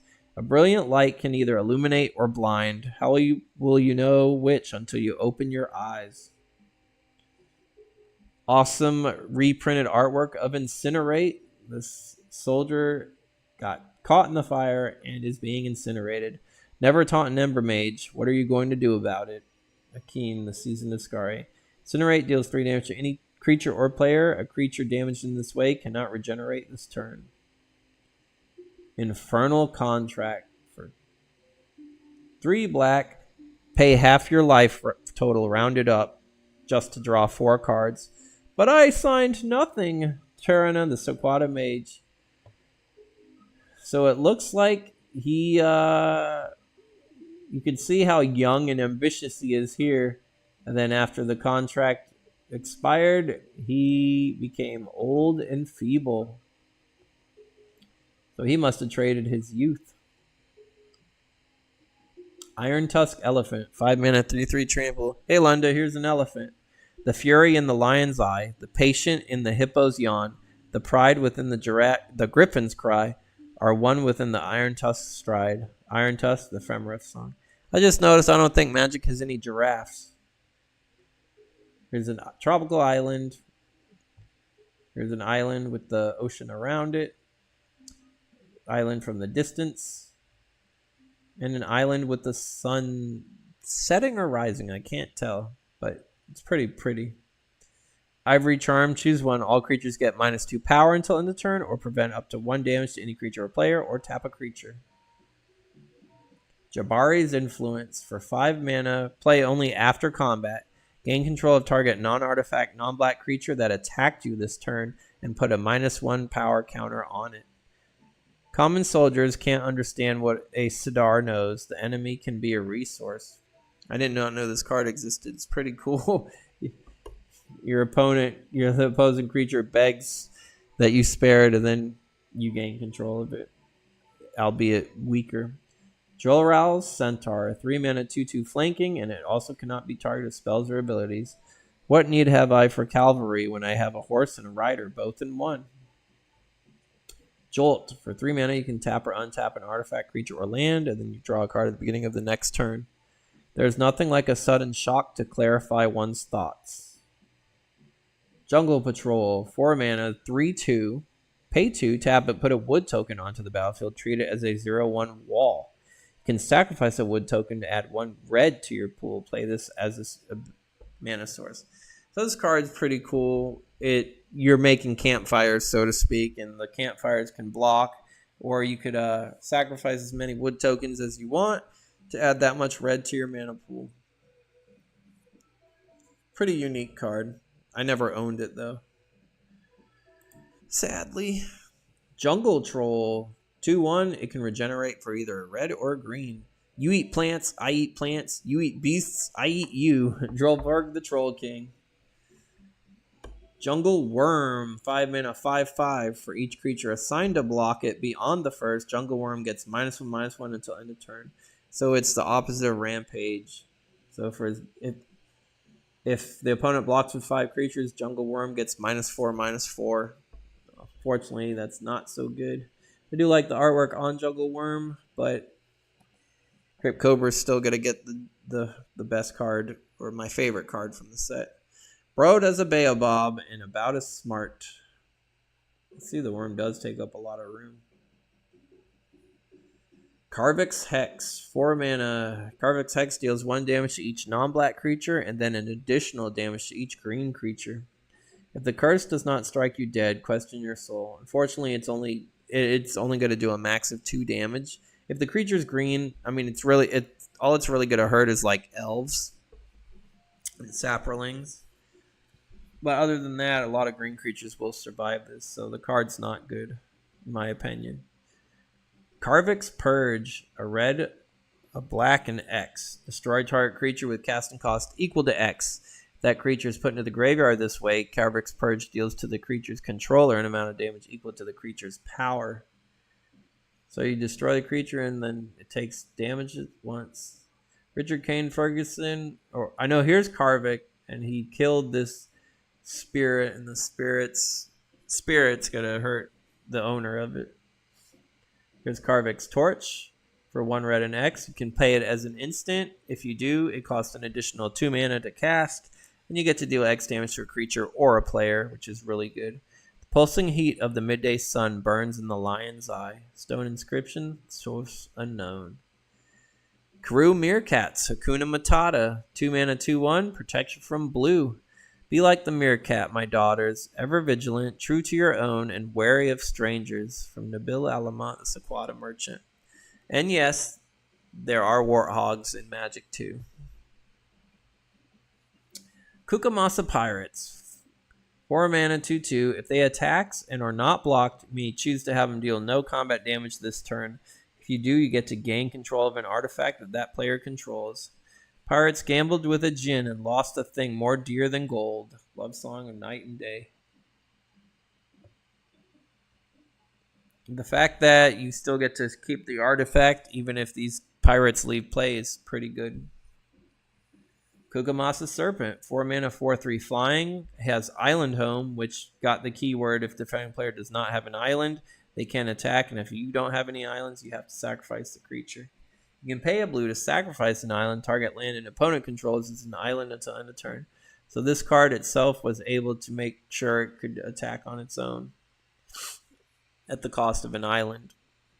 Lead Golem, 5 mana, 3/5. If it attacks, it does not untap during your next untap step. Slow and heavy, swings the club. If it was a 5 mana, 5/5, I could justify its bad ability, but the fact that it only hits for 3, not good at all. Leering Gargoyle. A white, a blue, and a colorless, flying 2/2. You can tap it. He gets power -2, but toughness +2, and loses flying until end of turn. I assume that means it becomes a statue. Only a gargoyle would take such a delight in a thunderstorm. I just realized that this goblin's purposely letting a lightning bolt strike him in his rear end. That's weird. Lightning Reflexes. For 2 mana, you can play it as an instant. Enchant a creature gets +1 power and first strike. Inhale, kill, exhale. Lion's Eye Diamond. Doesn't cost anything. You can sacrifice it, discard your hand to add 3 mana of any color to your mana pool. Play this ability as a mana source. Held in the Lion's Eye, meaning caught in the moment of crisis. Definitely situational. By discarding your hand, the only way you could really get a good use out of the Lion's Eye Diamond is by using an activated ability that costs a lot. Locust Swarm, 3 mana, 1/1, insect. Yep. You can pay a green to give them regenerate until end of turn, or you can pay a green to regenerate them, and you can pay a green to untap them. You use this ability only once each turn. Better a fierce thunderhead than a sky filled with locusts.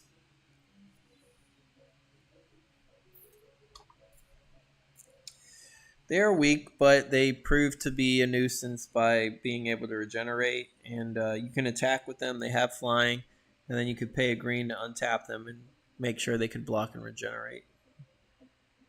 Lure of Prey, 4 mana. Play only if an opponent successfully casts a creature spell this turn. You may put a green creature from your hand onto the battlefield.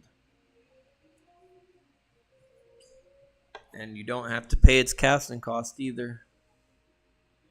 That makes it a really good card. Malignant Growth. Oh, I think this dude's got spores all over his body. Cost a blue, a green, and 3. Cumulative upkeep of 1 colorless. During your upkeep, it gets a growth counter. During target opponent's draw step, they draw an additional card for each growth counter on Malignant Growth. For each card that opponent draws in this way, Malignant Growth deals 1 damage to him or her. Oh, so the opponent gets to draw extra cards, but then they take additional damage. So it is a bit of risk because you do let them draw cards, and if you can't pay the cumulative upkeep of the growth anymore, they'll be safe from it and still have all those cards that they drew. Mana Prism for 3. You can tap it to add a colors to your mana pool. You can pay colors and tap it to add 1 mana of any color. It's okay mana fixing. Mangara's Blessing, 3 mana. Gain 5 life. If a spell or ability controlled by an opponent causes you to discard Mangara's Blessing, gain 2 life and return this card from your graveyard to your hand at the end of the turn. I forgot this card existed. Mangara's Equity for 3 mana. When you play Mangara's Equity, either choose black or red. During your upkeep, pay 2 or sacrifice it. For each 1 damage a creature of the chosen color deals to you or a white creature you control, Equity deals 1 damage to that creature. Mangara's Tome for 5 mana. When it enters the battlefield, search your library for 5 cards. Shuffle these cards and put them face down under Mangara's Tomb. Shuffle your library afterwards. If you lose control of the tome, remove all cards exiled with it from the game. You pay 2 colors mana. Instead of drawing a card from your library, put the top card under Mangara's Tome into your hand. So it makes an optional library, but you're able to search your deck for any 5 cards, which is a very powerful move, especially for combo decks. Marble Diamond is the white diamond in the diamond cycle.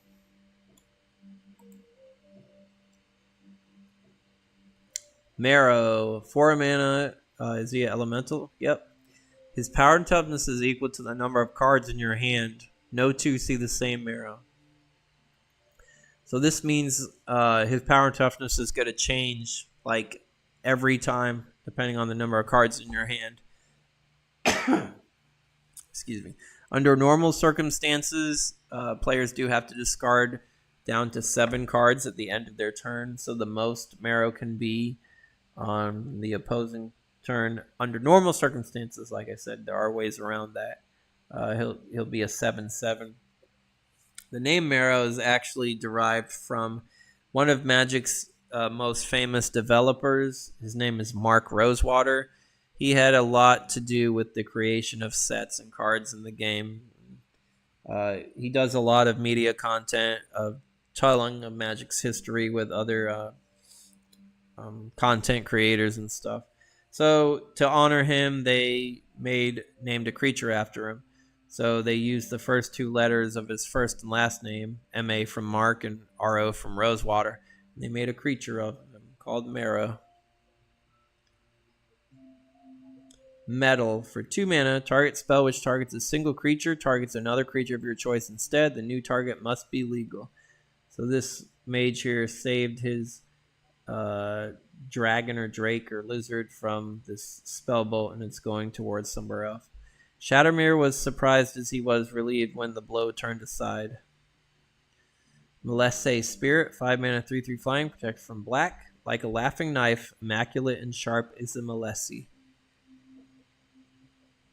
Memory Lapse, counter target spell, put that spell on top of its owner's library. The Caliph was so intelligent he could not remember what he knew. Merfolk Raiders, 2 mana, 2/3, phasing an island walk. Turn your back for a second and they vanish as if they weren't shifty enough before. Rygark the Goblin Archer. Merfolk Seer, 3 mana, 2/2, pay 2, draw a card. Uses the ability only when Merfolk Seer dies and only once. That's not so good. The sea leaves no room for tears, without for an adage. Mind Bend. Change the text or target permanent by replacing all instances of one color word or basic land type with another. So this is the best as far as changing the text of a color or a land type because it's all wrapped into one. And it only costs 1 blue. You can do so many combos with this card. Mindbender Spores. 3 mana, 0/1 flying. Wall. Whenever Mindbender Spores blocks any creature, put 4 fungus counters on that creature. During its controller's untapped step, remove a fungus counter from that creature. As long as the creature has any fungus counters on it, it does not untap during its controller's next untapped step. So this temporarily shuts down creatures that the wall blocks.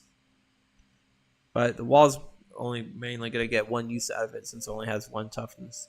Unless you give it regeneration.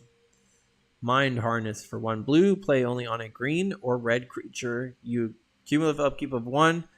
However, you do gain control of the enchanted creature. Very powerful card, because since it only costs 1 blue.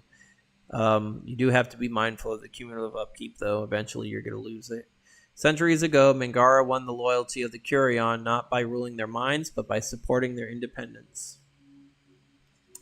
Mire Shade, 2 mana, 1/1, pay a black, sacrifice a swamp, put a +1/+1 counter on the Mire Shade. You can only do this ability during your turn and as a sorcery. We realized the bog had not given up a soul, but had come to claim a new one. Scout Ecomet, the final journal. This is the same scout that listed that fetid shade. So they did find a lot of shades on their trip. Miser's Cage, for 3 mana. At end of target opponent's upkeep, if that player has 5 or more cards in their hand, Miser's Cage deals 2 damage to them. Let him be imprisoned while his possessions wander free. Sequata, the legal decree.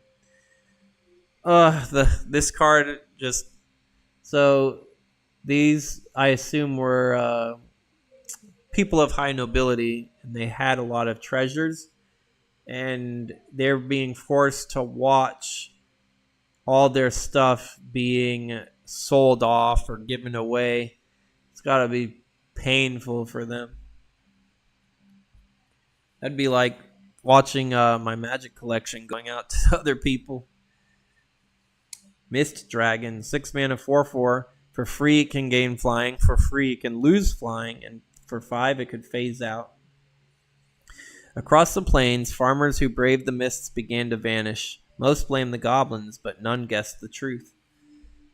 I think this is a dragon that's in Hakeem Loreweaver's artwork up in the moonlight. It's a versatile dragon, but it's still weak for 6 mana. Moss Diamond is the green diamond of the cycle. Here's a cool jungle-covered mountain. Almost looks like a photograph. Here's a desert mountain. Here's a more northern peak mountain. And a mountain in the jungle sunset. These mountains are beautiful. Mountain Valley, it's the mountain or forest search land. Attend a Griffin, 4 mana 2/2 flying, pay a white and tap it, return it to its owner's hand, and then return target Griffin in your graveyard back to your hand. Use this ability only during your upkeep. Unlike Zalfir, the Griffin needs no counsel to keep harmony among its parts. So this is good in a Griffin deck or any deck that runs like shapeshifters that are changelings that are every creature type, because a Griffin could just bring them back. Tend to Herda, 1/1 flanking. All animals, even humans, can be herded. The trick is to make them think they chose their own destination. Such great flavor text that Magic has to offer from Mangara. Tend to Lion, 1 green for a 2/1, which is pretty good. If Tend to Lion attacks, the defending player may pay a blue to have it deal no combat damage this turn. So this card is good against any color except for blue. The lion drank the lake right up. In thanks, he gave City the power to speak with lions and make them leave the goats alone. Mystical Tutor, search your library for an instant, interrupt, mana, or sorcery card and reveal it to all players and put it on top of your deck. To the tutors, a poem of sand was of little account. A poem of ivory, priceless. Afari Tales. Just another really powerful tutor to search for that game-winning spell. I've never seen this card. Natural Bounce, 4 mana. Each player controlling 6 or more lands sacrifices enough lands to reduce their land total down to 5. Each player controlling 4 or less lands may search their library for enough lands to bring them back up to 5. All players shuffle their libraries afterwards. Interesting. I don't like the fact that it also helps the opponent. Or it could heart. It'd be pretty chaotic in a group game. Nettletooth Djinn, 4 mana 4/4. During your upkeep, it deals 1 damage to you. The few of us who survived were denied entry to our camp for 2 days. So like the pox were the marks we bore. Travelogue of Najat. Noble Elephant. Oh no, banding strikes again. Is Mirage the last set we see banding in? I'm not sure. 4 mana 2/2 banding trample. Proud am I, strong am I, courageous in defending my children, and fierce in punishing what stands in my way. So the elephant speaks, a Zalfrin song. Nocturnal Raid, for 4 mana, all black creatures get +2 power until end of turn. Finest Offerings of Night is not stealth, but daring. Tetlock the Breath Stealer. Good for black aggressive decks. Null Chamber, for 4 mana, you and target opponent each name any card except basic land. Those cards cannot be cast. Discovered by Femrith mages, the Null Chamber is the ultimate testing ground for the uncreative. Pacifism. This goblin, I assume it's a goblin. Yeah, it's a goblin dressed in war paint. He doesn't want to fight anymore, so he's got all these he's petting these fawn and deer. Got all animal friends. For the first time in his life, Grak felt a little warm and fuzzy inside. Enchanted creature cannot attack or block. Painful Memories, 2 mana. Look at target opponent's hand, choose one of those cards, and put it on top of their library. It is terrible how one brief action can live forever in memory. Jural. Patagia Golem, 4 mana, can pay 3, flying until end of turn. It scattered falcons like a lion hunting among jackals. Still weak, though, for its power and toughness. Pauper's Cage, for 3 mana, at the end of target opponent's upkeep, if that player has 2 or less cards in their hand, Pauper's Cage does 2 damage to him or her. So it's like the Miser's Cage, but for ones that don't have any. A cage may keep you in, but it does not keep the stones out. Ooh, that's horrible, too. Pearl Dragon, 4 mana, 4/4 flying, part of the dragon cycle in this set. Pay 2 to give it +1 toughness until end of turn. They knew Bantu was lost when, to hide the pearl he had found on the beach, he swallowed it and soon grew wings. Phyrexian Dreadnought, this bad-looking giant metallic killer centipede, cost 1 mana and it's a 12/12 trample.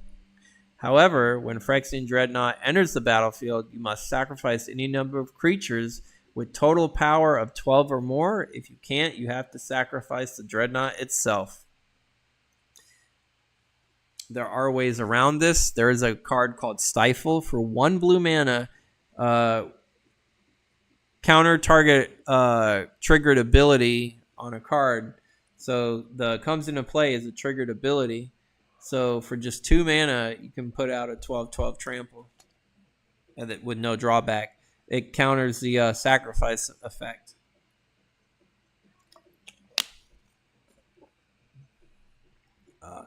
Phyrexians are like going to be the main antagonist. They are still doing their things in their plane of Phyrexia as they are preparing for their great invasion on the Dominaria that we knew back then.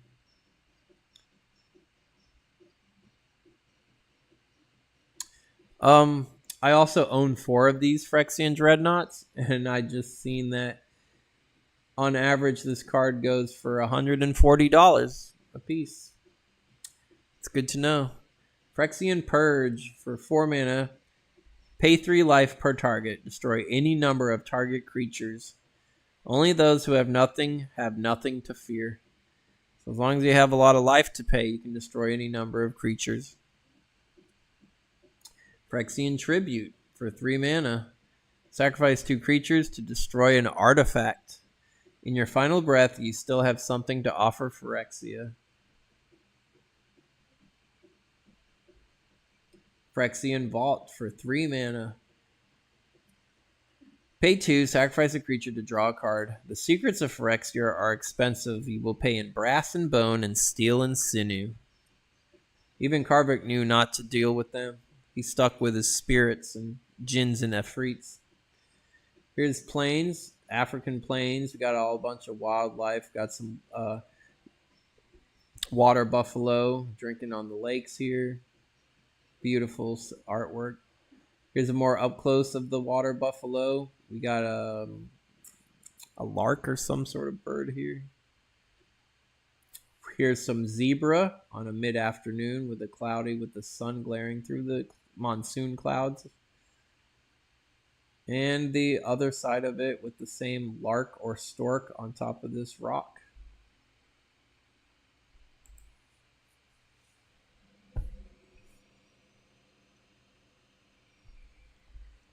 Political Trickery. I've never seen this card. For 3 mana, choose target land you control and target land an opponent controls, and you exchange control of those lands. Excuse me. Politics is a game. Move a stone here, move a stone there, except sometimes the stones bleed. Shaku the Endbringer.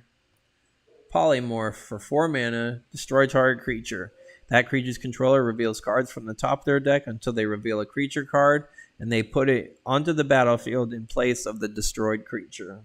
And then the player shuffles all revealed cards back into their library. Opposable digits. Excuse me. This artwork is showing a rabbit being changed into some sort of goblin or imp or demon, so to speak, to the horror of its face. You can definitely do some decent combos with this.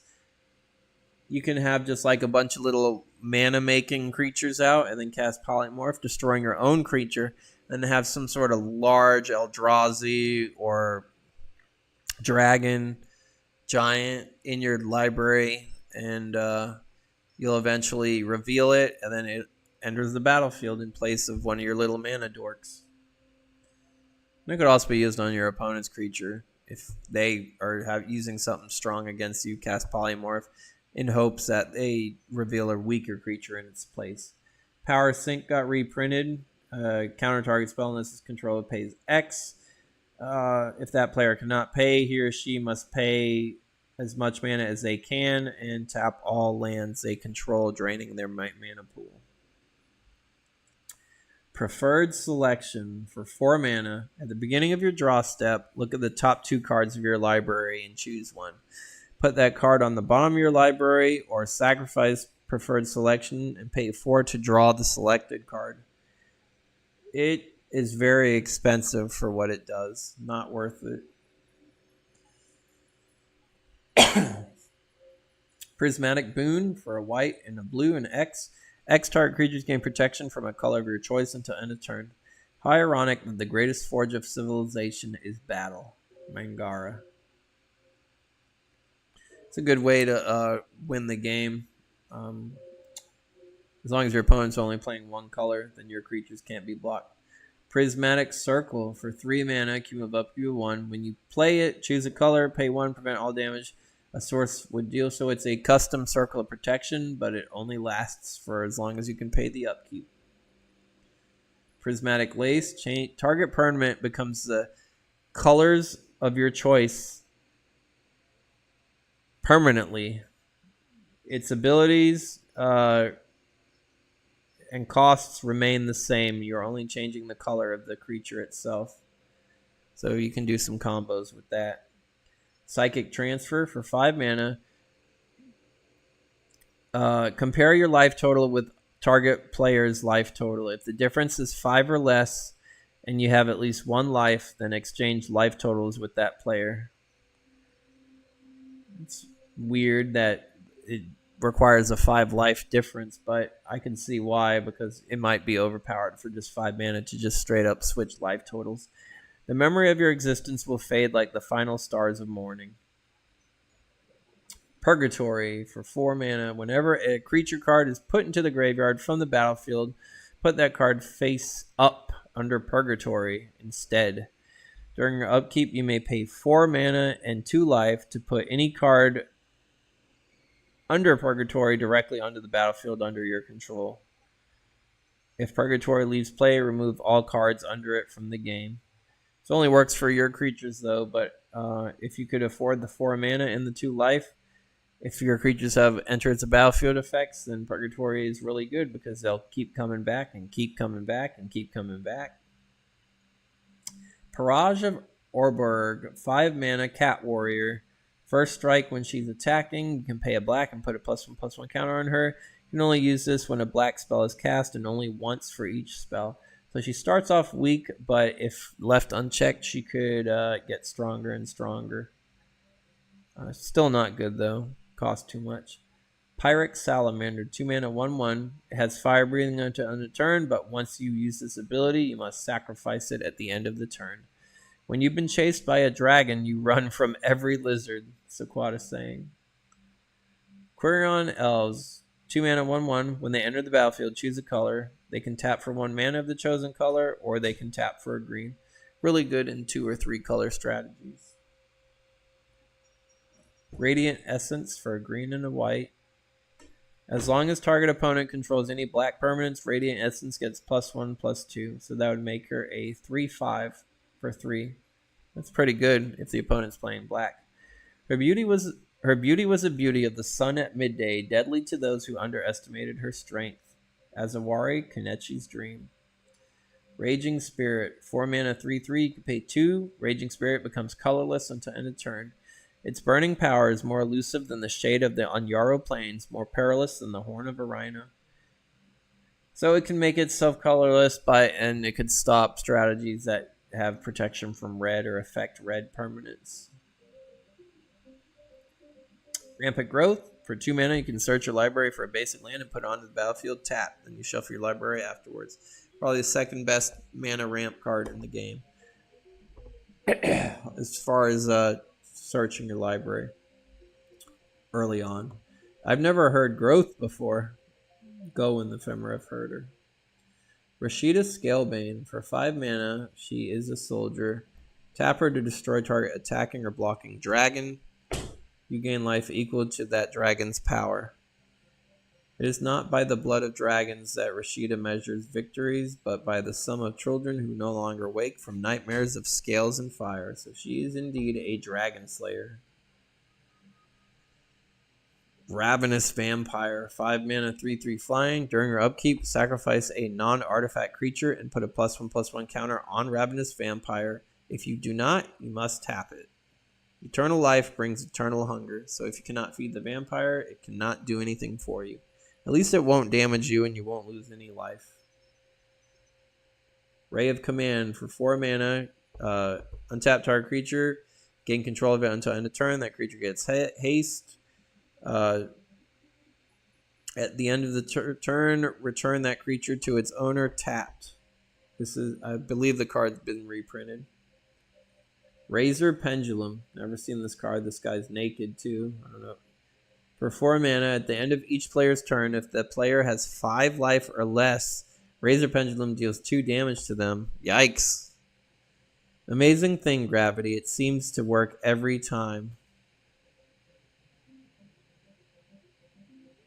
So if they're at 5 life or less, at the end of their turn, they'll be down to 3, and then at the end of the turn, they go down to 1. So the pendulum is like they can see it coming down, and it'll cut them soon. Ugh, horrible. Reality Ripple. For 2 mana, target artifact, creature, or land phases out. Can you prepare for the unexpected? No, you cannot. You could prepare only to be surprised. Teferi. Reckless Ember Mage. For 4 mana, 2/2. You can pay 2. Reckless Ember Mage deals 1 damage to target creature or player and 1 damage to itself. Many mages have been consumed by their work. Cool thing about this, you can pay this as many times as you can afford, even more than twice where it would kill itself. The ability will still happen even though it goes to the graveyard. Reflect damage, 3. A white and a red. Redirect all damage dealt to any one source to that source's controller. So that includes instants and sorceries like Fireball. From you to me, so me to you. Ephemerith Children's Taunt. I like how it looks like a swarm of these gnats or creatures was going at this mage, but he cast the spell and now they're going back to the caster. Regeneration. This guy literally got decapitated and he's putting his head back on his body. Death is not a debt I am yet willing to pay. Mirage of Orborg. Reign of Chaos. For 4 mana, destroy target plains and target white creature, or destroy target island and target blue creature. The Burning Islands are home to a dozen lords who claim dominion. Jamora will look to only one leader. Me, Karvik. Reign of Terror. This looks cool. I've never seen this card. For 5 mana, destroy all white creatures or destroy all green creatures. Lose 2 life for each creature put into the graveyard this way. Ooh, that could hurt you in the long run. I don't know what to take. I don't know what takes them. They die around me without time to scream. Scout Emica had a bad freaking journey. Reparations. A white, a blue, and a colorless. When target opponent successfully casts a spell that targets you or a creature you control, you may draw a card. That's pretty good. Sorry I burned down your village. Here's some gold. Yeah, they don't look happy. Restless Dead. 2 mana, 1/1 regenerate. They remind me of Drudge Skeletons.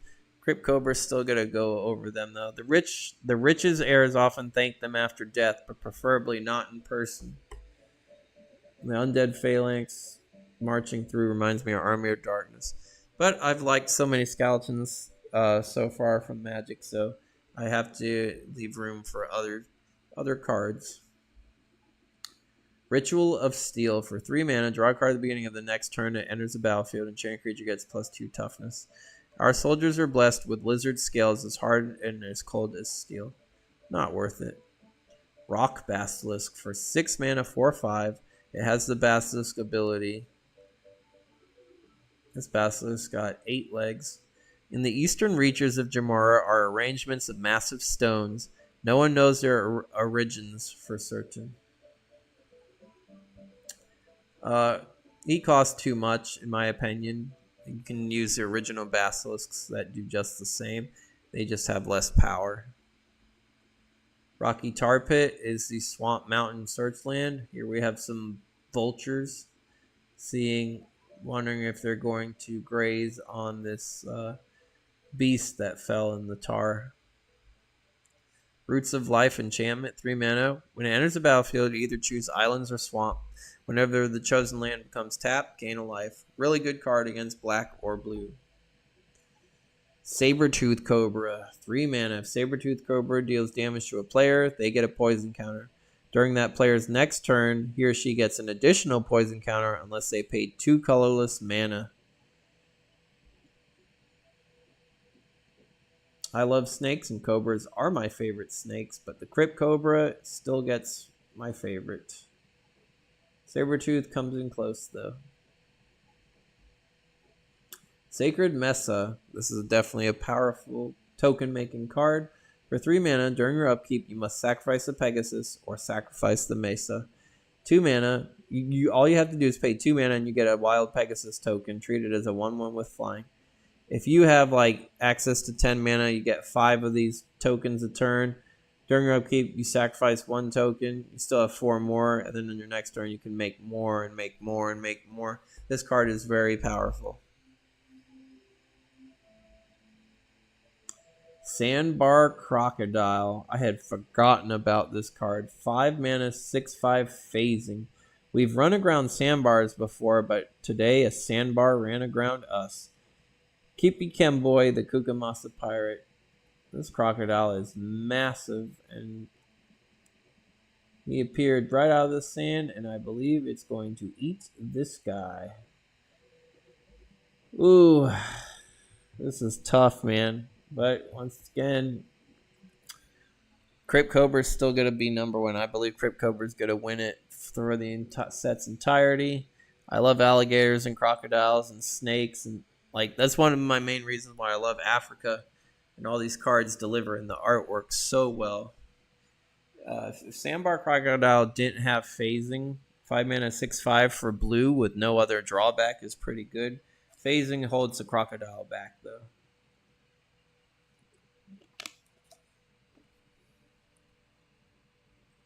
Sand Golem for 5 mana, 3/3. If a spell or an ability controlled by an opponent forced you to discard Sand Golem, instead put him on the battlefield with a +1/+1 counter.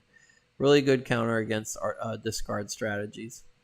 Sandstorm for 1 green, just deals 1 damage to each attacking creature. I think this is a reprint from Legends.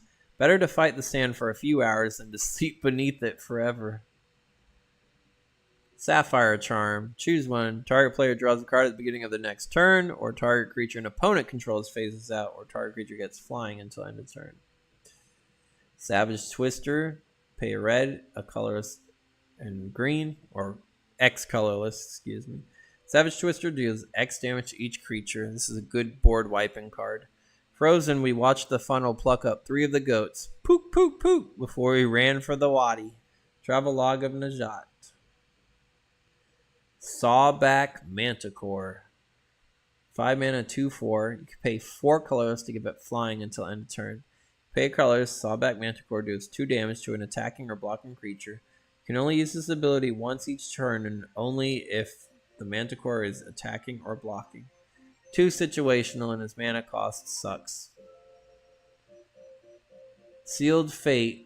A black and a blue and X. Look at the top X cards of target opponent's library. Remove 1 of those cards from the game and put the rest on top of that library in any order, so you get to manipulate what your opponent draws. It's good to know more about your enemy's fate than your enemy does.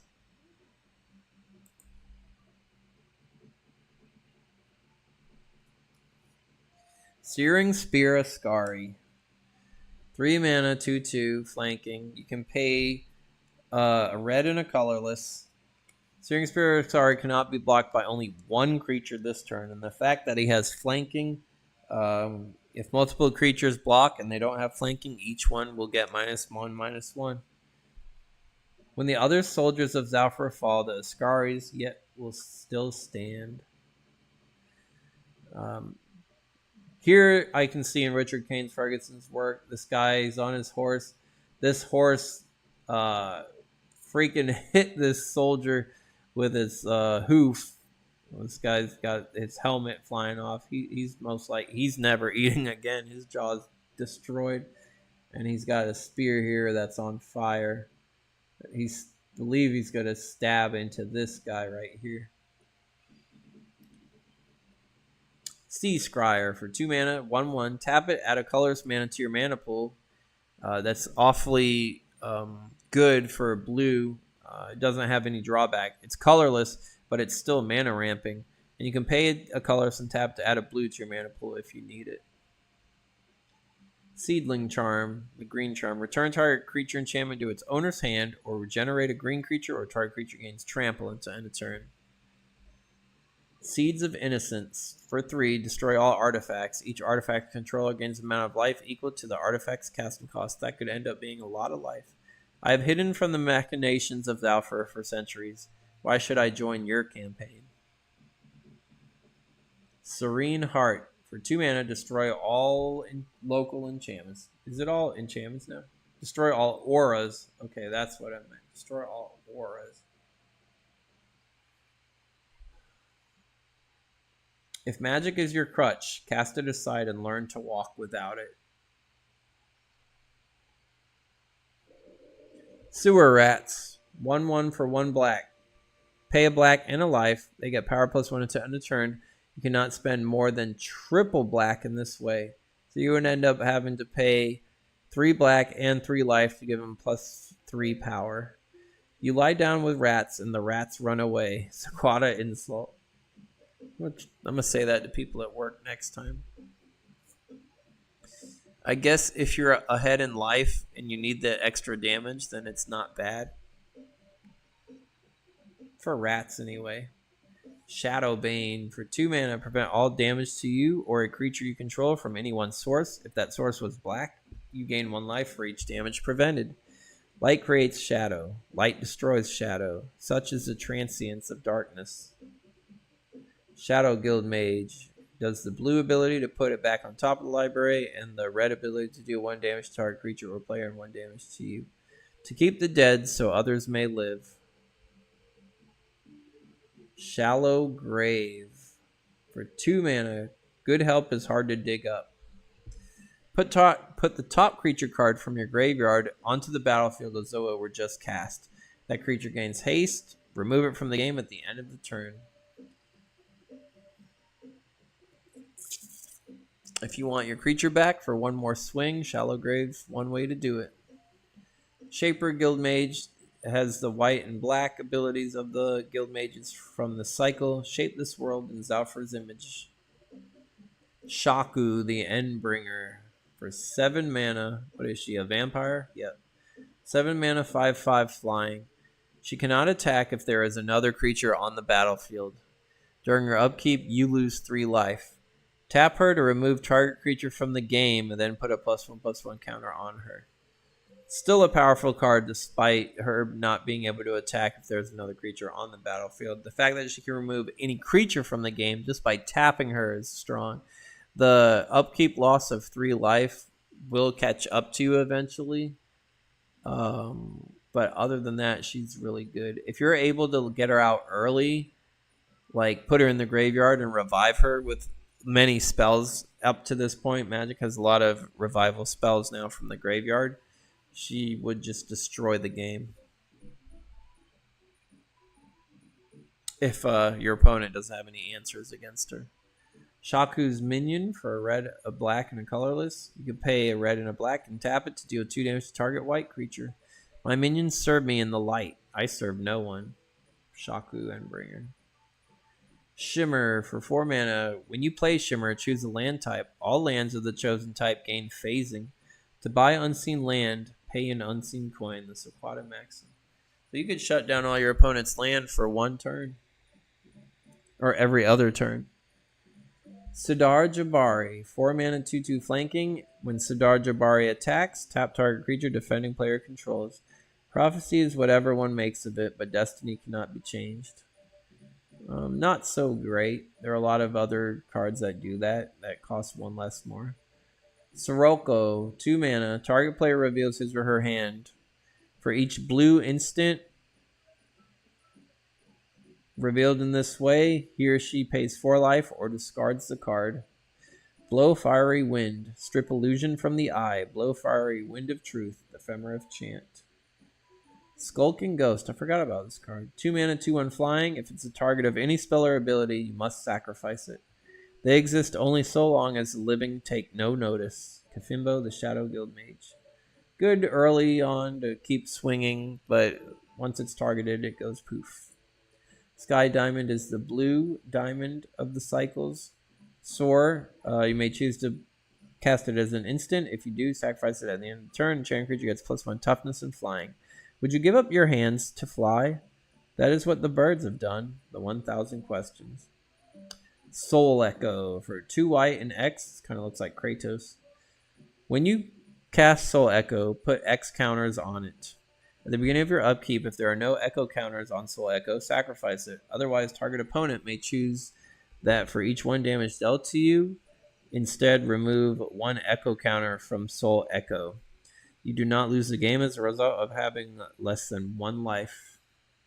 So the opponent has to get rid of Soul Echo or the counters on it in order to kill you.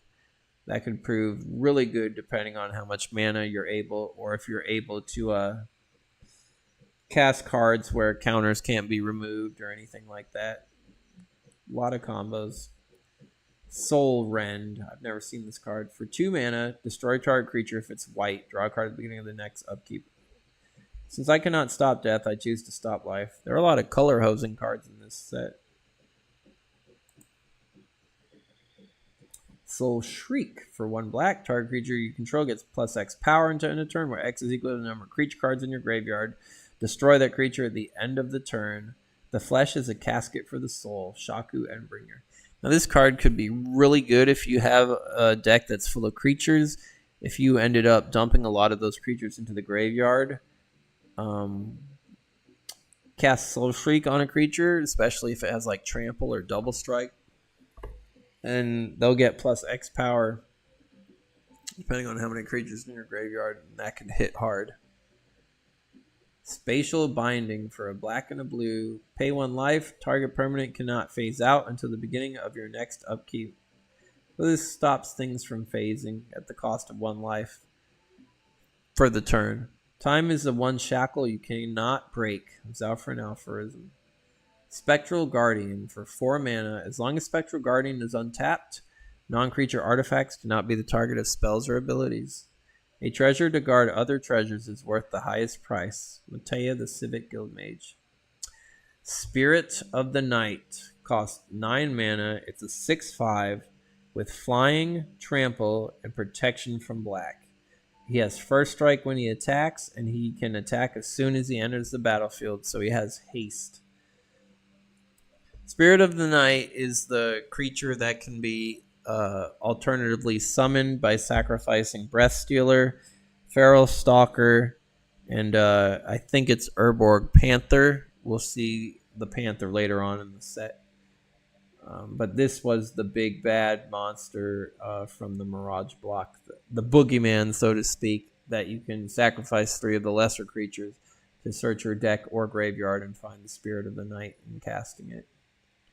Spitting Earth for 2 mana deals damage to target creature equal to the amount of mountains you control. Though there are times solid ground gives precious little comfort. Talabah, the Ember Mage.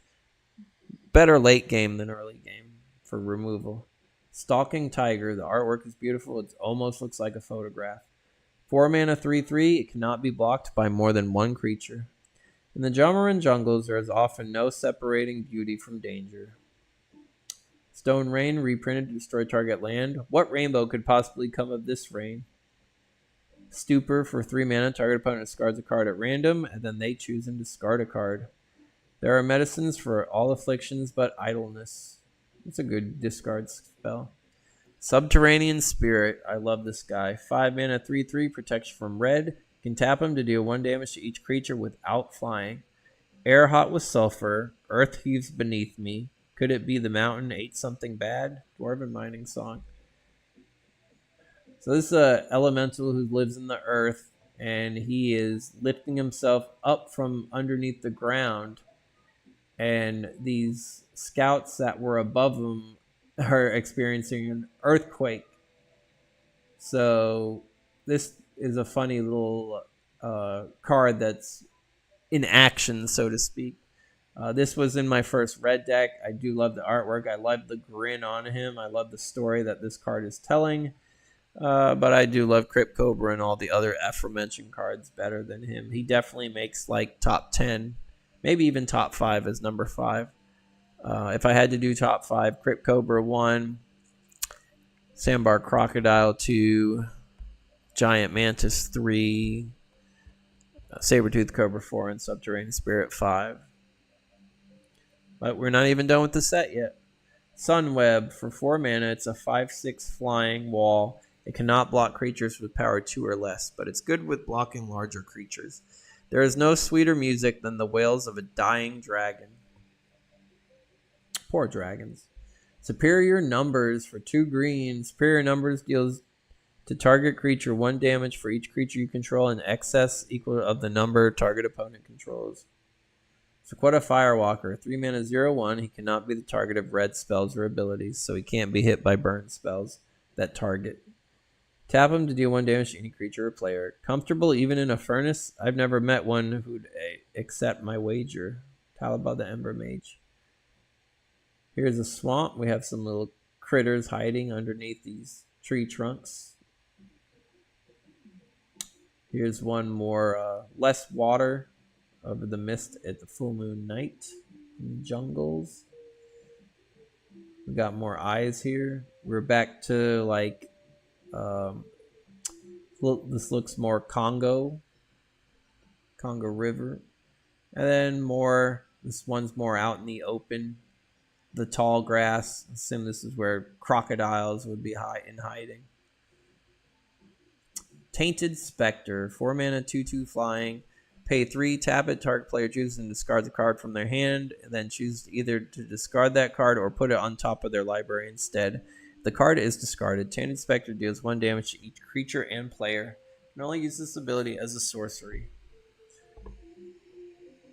Tallroom Minotaur, 4 mana, 3/3 with haste.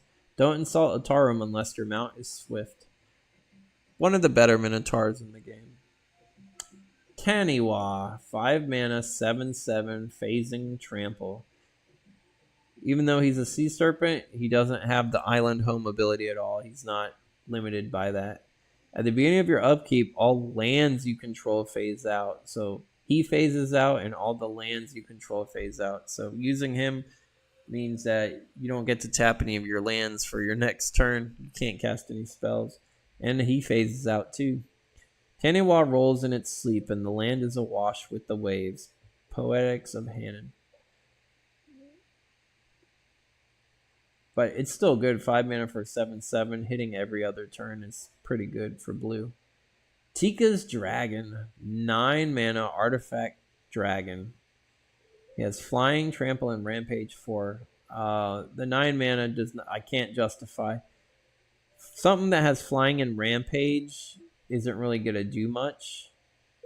And Rampage kind of like phased out in existence because it was an unpopular ability. Most often than not, one creature is going to block one creature. The 9 mana does not justify it. It still costs too much. Teferi's Curse. For 2 mana, play only on an artifact or creature, and the enchanted permanent gains phasing. Stepping through time is like riding a camel. It may get you to where you want to go, but the ride is rarely present. Teferi. Here's his Drake. 3 mana, 3/2 flying. Also with phasing. Pretty good, though, as far as what its power and toughness and ability.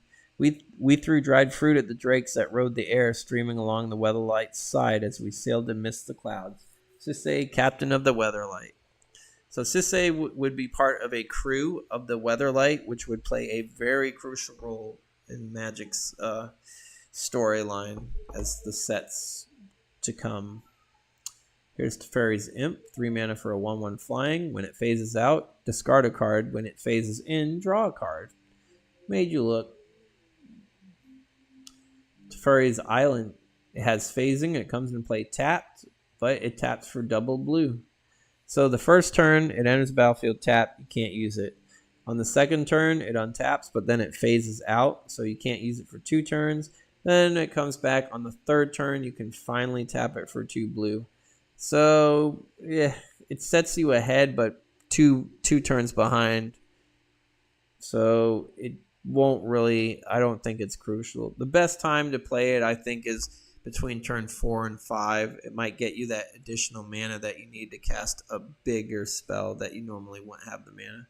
The 3 wizards knew only that this island held a great mystery and that patience alone would solve it. And those 3 wizards were Mangara, Jor-El, and Karvik. Trying to figure out Teferi's absence. Telem Tor, 5 mana, 2/2 flanking. If he attacks, all attacking creatures with flanking get +1/+1 until end of turn. The curious merely amass knowledge. The ambitious use it. Telem Tor. Telem Tor's darts, 2 mana. Pay 2, tap him. He deals 1 damage to target player. This is a nice way to whittle down your opponent's life total without having to attack. People laughed at my darts. Once. Telem Tor's Edict for 1 red. Remove from the game target permanent that you own or control. Draw a card at the beginning of the next upkeep. Execution awaits the dissenter. Kasib Ibn Naji, the letters. Teremko Griffin. It's got like the body of a cheetah. 4 mana, 2/2 banding. Gross, flying. When we're aloft, I love to lean over the Weatherlight's railings and watch the patterns the Griffin's shadow make on the clouds below. Thirst. For 3 mana, I am thirsty. When it enters the battlefield, tap enchanted creature. During your upkeep, you have to pay a blue, or you have to sacrifice Thirst, but then the enchanted creature doesn't tap during its controller's untap step.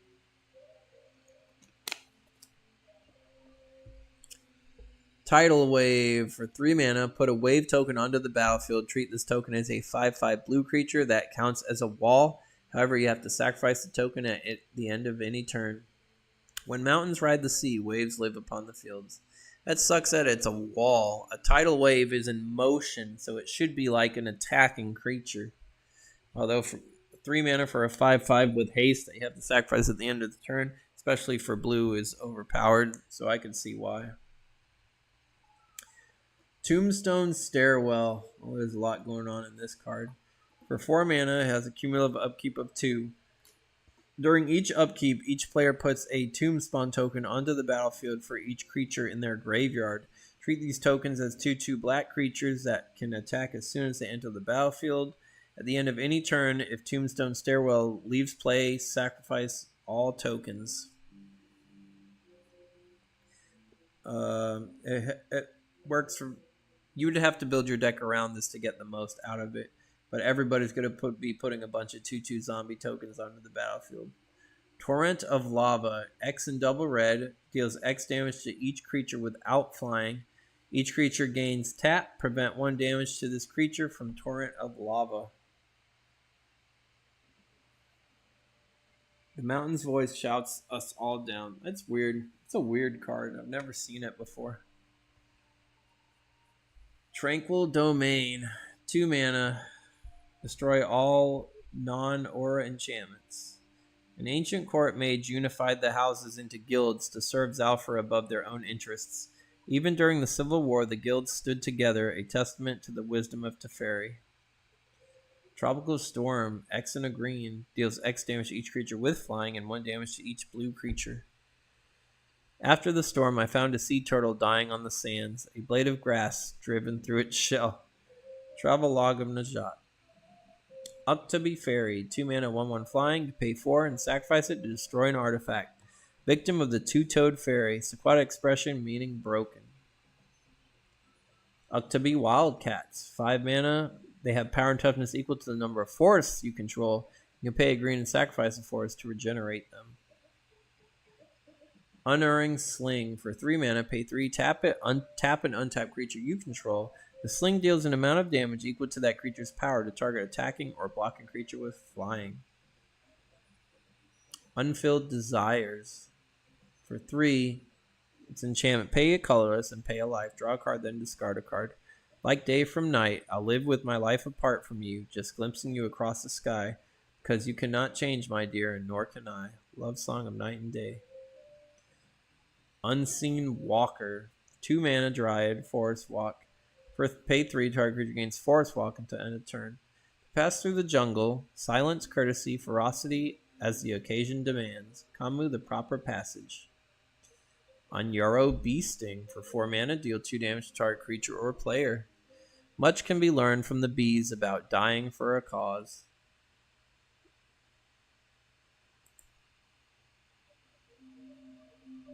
Unyoro Griffin. 4 mana, 2/2 flying. You can sacrifice it to counter target red spell that deals damage to you or a creature you control. The Griffin's shadow gives courage to the righteous and dread to the idle. The downside to these old school Griffins is I think they all cost too much. They should cost 1 less. That's why they never really were like a viable threat. Here's Orborg Panther. It's a Night Stalker cat. 3 mana, 2/2. You can pay a black and sacrifice it to destroy target creature that's blocking it. Definitely probably the best of the 3 creatures that you need to sacrifice. Here it says sacrifice Pharaoh Shadow, Breathstealer, and Orborg Panther. Search your library for the Spirit of the Night and put it onto the battlefield as though it were just played. Shuffle your library afterwards. And that is how you assemble the first assembly card, Spirit of the Night. Vaporous Djinn. For 4 mana, it's a 3/4 flying. During your upkeep, you have to pay double blue or the Vaporous Djinn phases out. What is taking them so long to fill the water skins? Benefact Bottle. Pay 1 and X. Put X charge counters on the bottle. Use this ability only during your turn. At the beginning of your main phase, if the bottle has any charge counters on it, tap it and remove all charge counters from it to add that much colorless mana to your mana pool, equal to the number of counters removed. It's a poor man's way of getting more mana later. But the fact that you have to pay 1 and X, like, it just doesn't make sense to me why you would use the card. Because you have to have a lot of mana in order to be able to use the card. Vishnu Warrior. 4 mana, 4/2, no ability. When traveling the Great Desert, avoid wearing the scales of lizards, for the Vishnu rules the sands and look poorly on the skinning of their cousins. Vigilant Martyr. For 1 white, sacrifice it to regenerate a creature, or you can pay 2 white and tap it and sacrifice it to counter a spell that targets an enchantment on the battlefield. That's pretty cool. I did not know that existed. Village Elder. For 1 green, 1/1. Pay a green and tap it. Sacrifice a forest to regenerate target creature. Enchant me with your tale telling. Tell about tree, grass, river, and wind. Tell why truth must fight with falsehood and why truth will always win. Love Song of Night and Day. Vitalizing Cascade. This person's naked. Pay X, a white and a green. Gain X plus 3 life. Water is like breathing, necessary for life. Volcanic Dragon. 6 mana, 4/4 flying. They can attack as soon as they enter the battlefield. Speed and fire are always a deadly combination. This is probably, sadly, the best dragon in the set. Volcanic Geyser. Double red and X. Deals X damage to target creature or player, and it is an instant. My thunder comes before the lightning, and my lightning comes before the clouds. My rain dries all the land it touches. What am I? It's got to be a volcano. Waiting in the Weeds. For 3 mana, for each untapped forest you control. For each untapped forest that each player controls, they get a 1/1 cat token. Treat these as green creatures. If your opponent's not playing any forests, then you get as many as you want, as long as but the forests have to be untapped. The trees of ears, eyes, and teeth. Wall of Corpses. 2 mana, 0/2 wall. You can pay a black, sacrifice it, destroy target creature blocked by Wall of Corpses. I shall make walls of their flesh, and their blood will be my mortar. Definitely gruesome. It's literally a wall of corpses. And this guy definitely is looking in horror at what he has to fight around. Wall of Resistance. 2 mana, 0/3 flying. At the end of any turn in which Wall of Resistance is dealt damage, put a +0/+1 counter on it. So this wall will get stronger and stronger toughness-wise with each time it survives combat. Telemantor could no longer recall the exact number of his assaults, but his troops could. Wall of Roots, 2 mana, 0/5. You can put a -1 toughness counter on it to add a green to your mana pool. You can only use this ability once each turn. Sometimes the wise ones wove their magic into living plants. As the plants grew, so grew their magic. It's an interesting way of mana ramping, but you can only do it so often. Ward of Lights. When it enters battlefield, you may choose to play it as an instant. If you do, sacrifice it at the end of the turn. Enchanted creature gains protection from a color of your choice. The protection granted by Ward of Lights does not destroy Ward of Lights itself. So if you choose white, any enchantments, Ward of Light will not go away. Warping Worm. For 4 mana, it's a 1/1 with phasing. During your upkeep, you have to pay 4 mana or Warping Worm phases out. When Warping Worm phases in, put a +1/+1 counter on it. Even worms start out small. Phasing, like this, there's so much better options that you can do for green and blue now. So the phasing kind of makes the worm obsolete. Wave Elemental. For 4 mana, it's a 2/3. Pay a blue and tap it. Sacrifice it. Tap up to 3 creatures without flying. Consider the wave, how weak the mother, yet how strong the child. Tawana the Shaper Guildmage. Wellspring. For 3, when it enters the battlefield, gain control of enchanted land.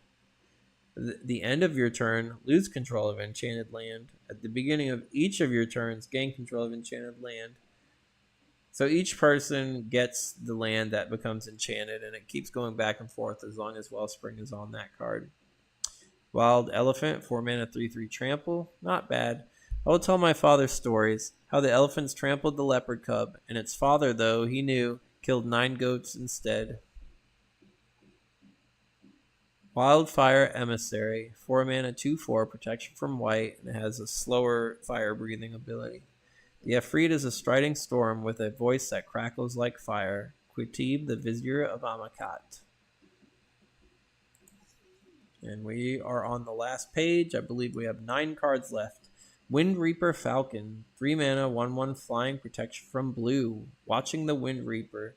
Zarfin saying, meaning daydreaming. Pretty good. The protection is key. Withering Boon. What kind of chicken legs does this creature have? For 2 mana, pay 3 life to counter a creature spell. Life for life. This is the immutable law. Hanya the Granger Guildmage. Worldly Tutor. This tutor searches for a creature card and puts it on top of the player's library. A Selbo soon had the rhino eating from his palm and the snake waiting at his heels. Yar? I don't know how to pronounce that. For 3 mana, target creature defending player controls gets +3 power until end of turn. That creature can be assigned up to block 3 additional creatures. No, can block up to 3 creatures. All blocks must be legal until end of turn. Zebra Unicorn. For 4 mana, 2/2. For each 1 damage the Zebra Unicorn deals, gain 1 life. So it has a life link. I'll capture gentle zebras for your steeds and fill the stable with every kind of unicorn. Zalfrin Commander, 3 mana, 2/2 flanking. Pay 3, target knight, get +1/+1 until end of turn, and it can target itself. Command is the act of balancing on a vine and convincing others that it is firm ground. Zalfrin Knight, 3 mana, 2/2 flanking. For double white, it gets first strike until end of turn. You returned a warrior. Your hair was cut, your eye tattooed with the red triangle of war. Zerillion of the Claw. 5 mana, 3/4 via Shino Shaman. Pay 3, tap it, search your library for a dragon and put it directly on the battlefield. Shuffle your library afterwards. The dragon has haste, but it is removed from the game at the end of your turn.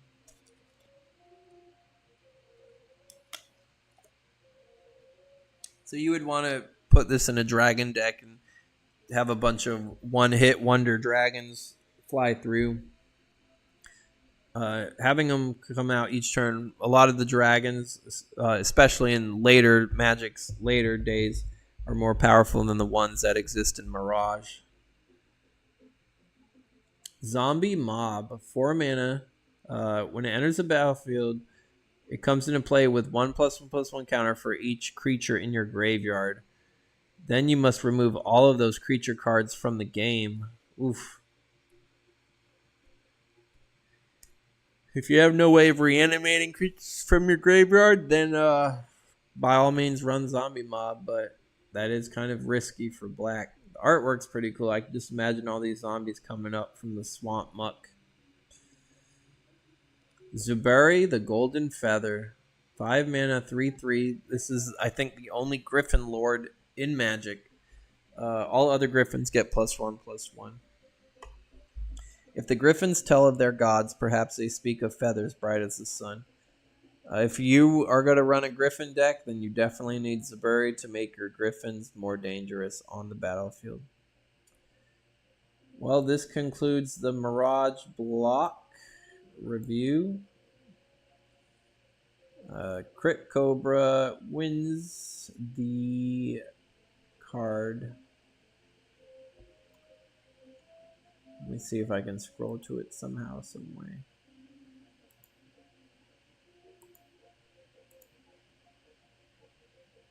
Oh, he's on the last page on the bottom, I believe.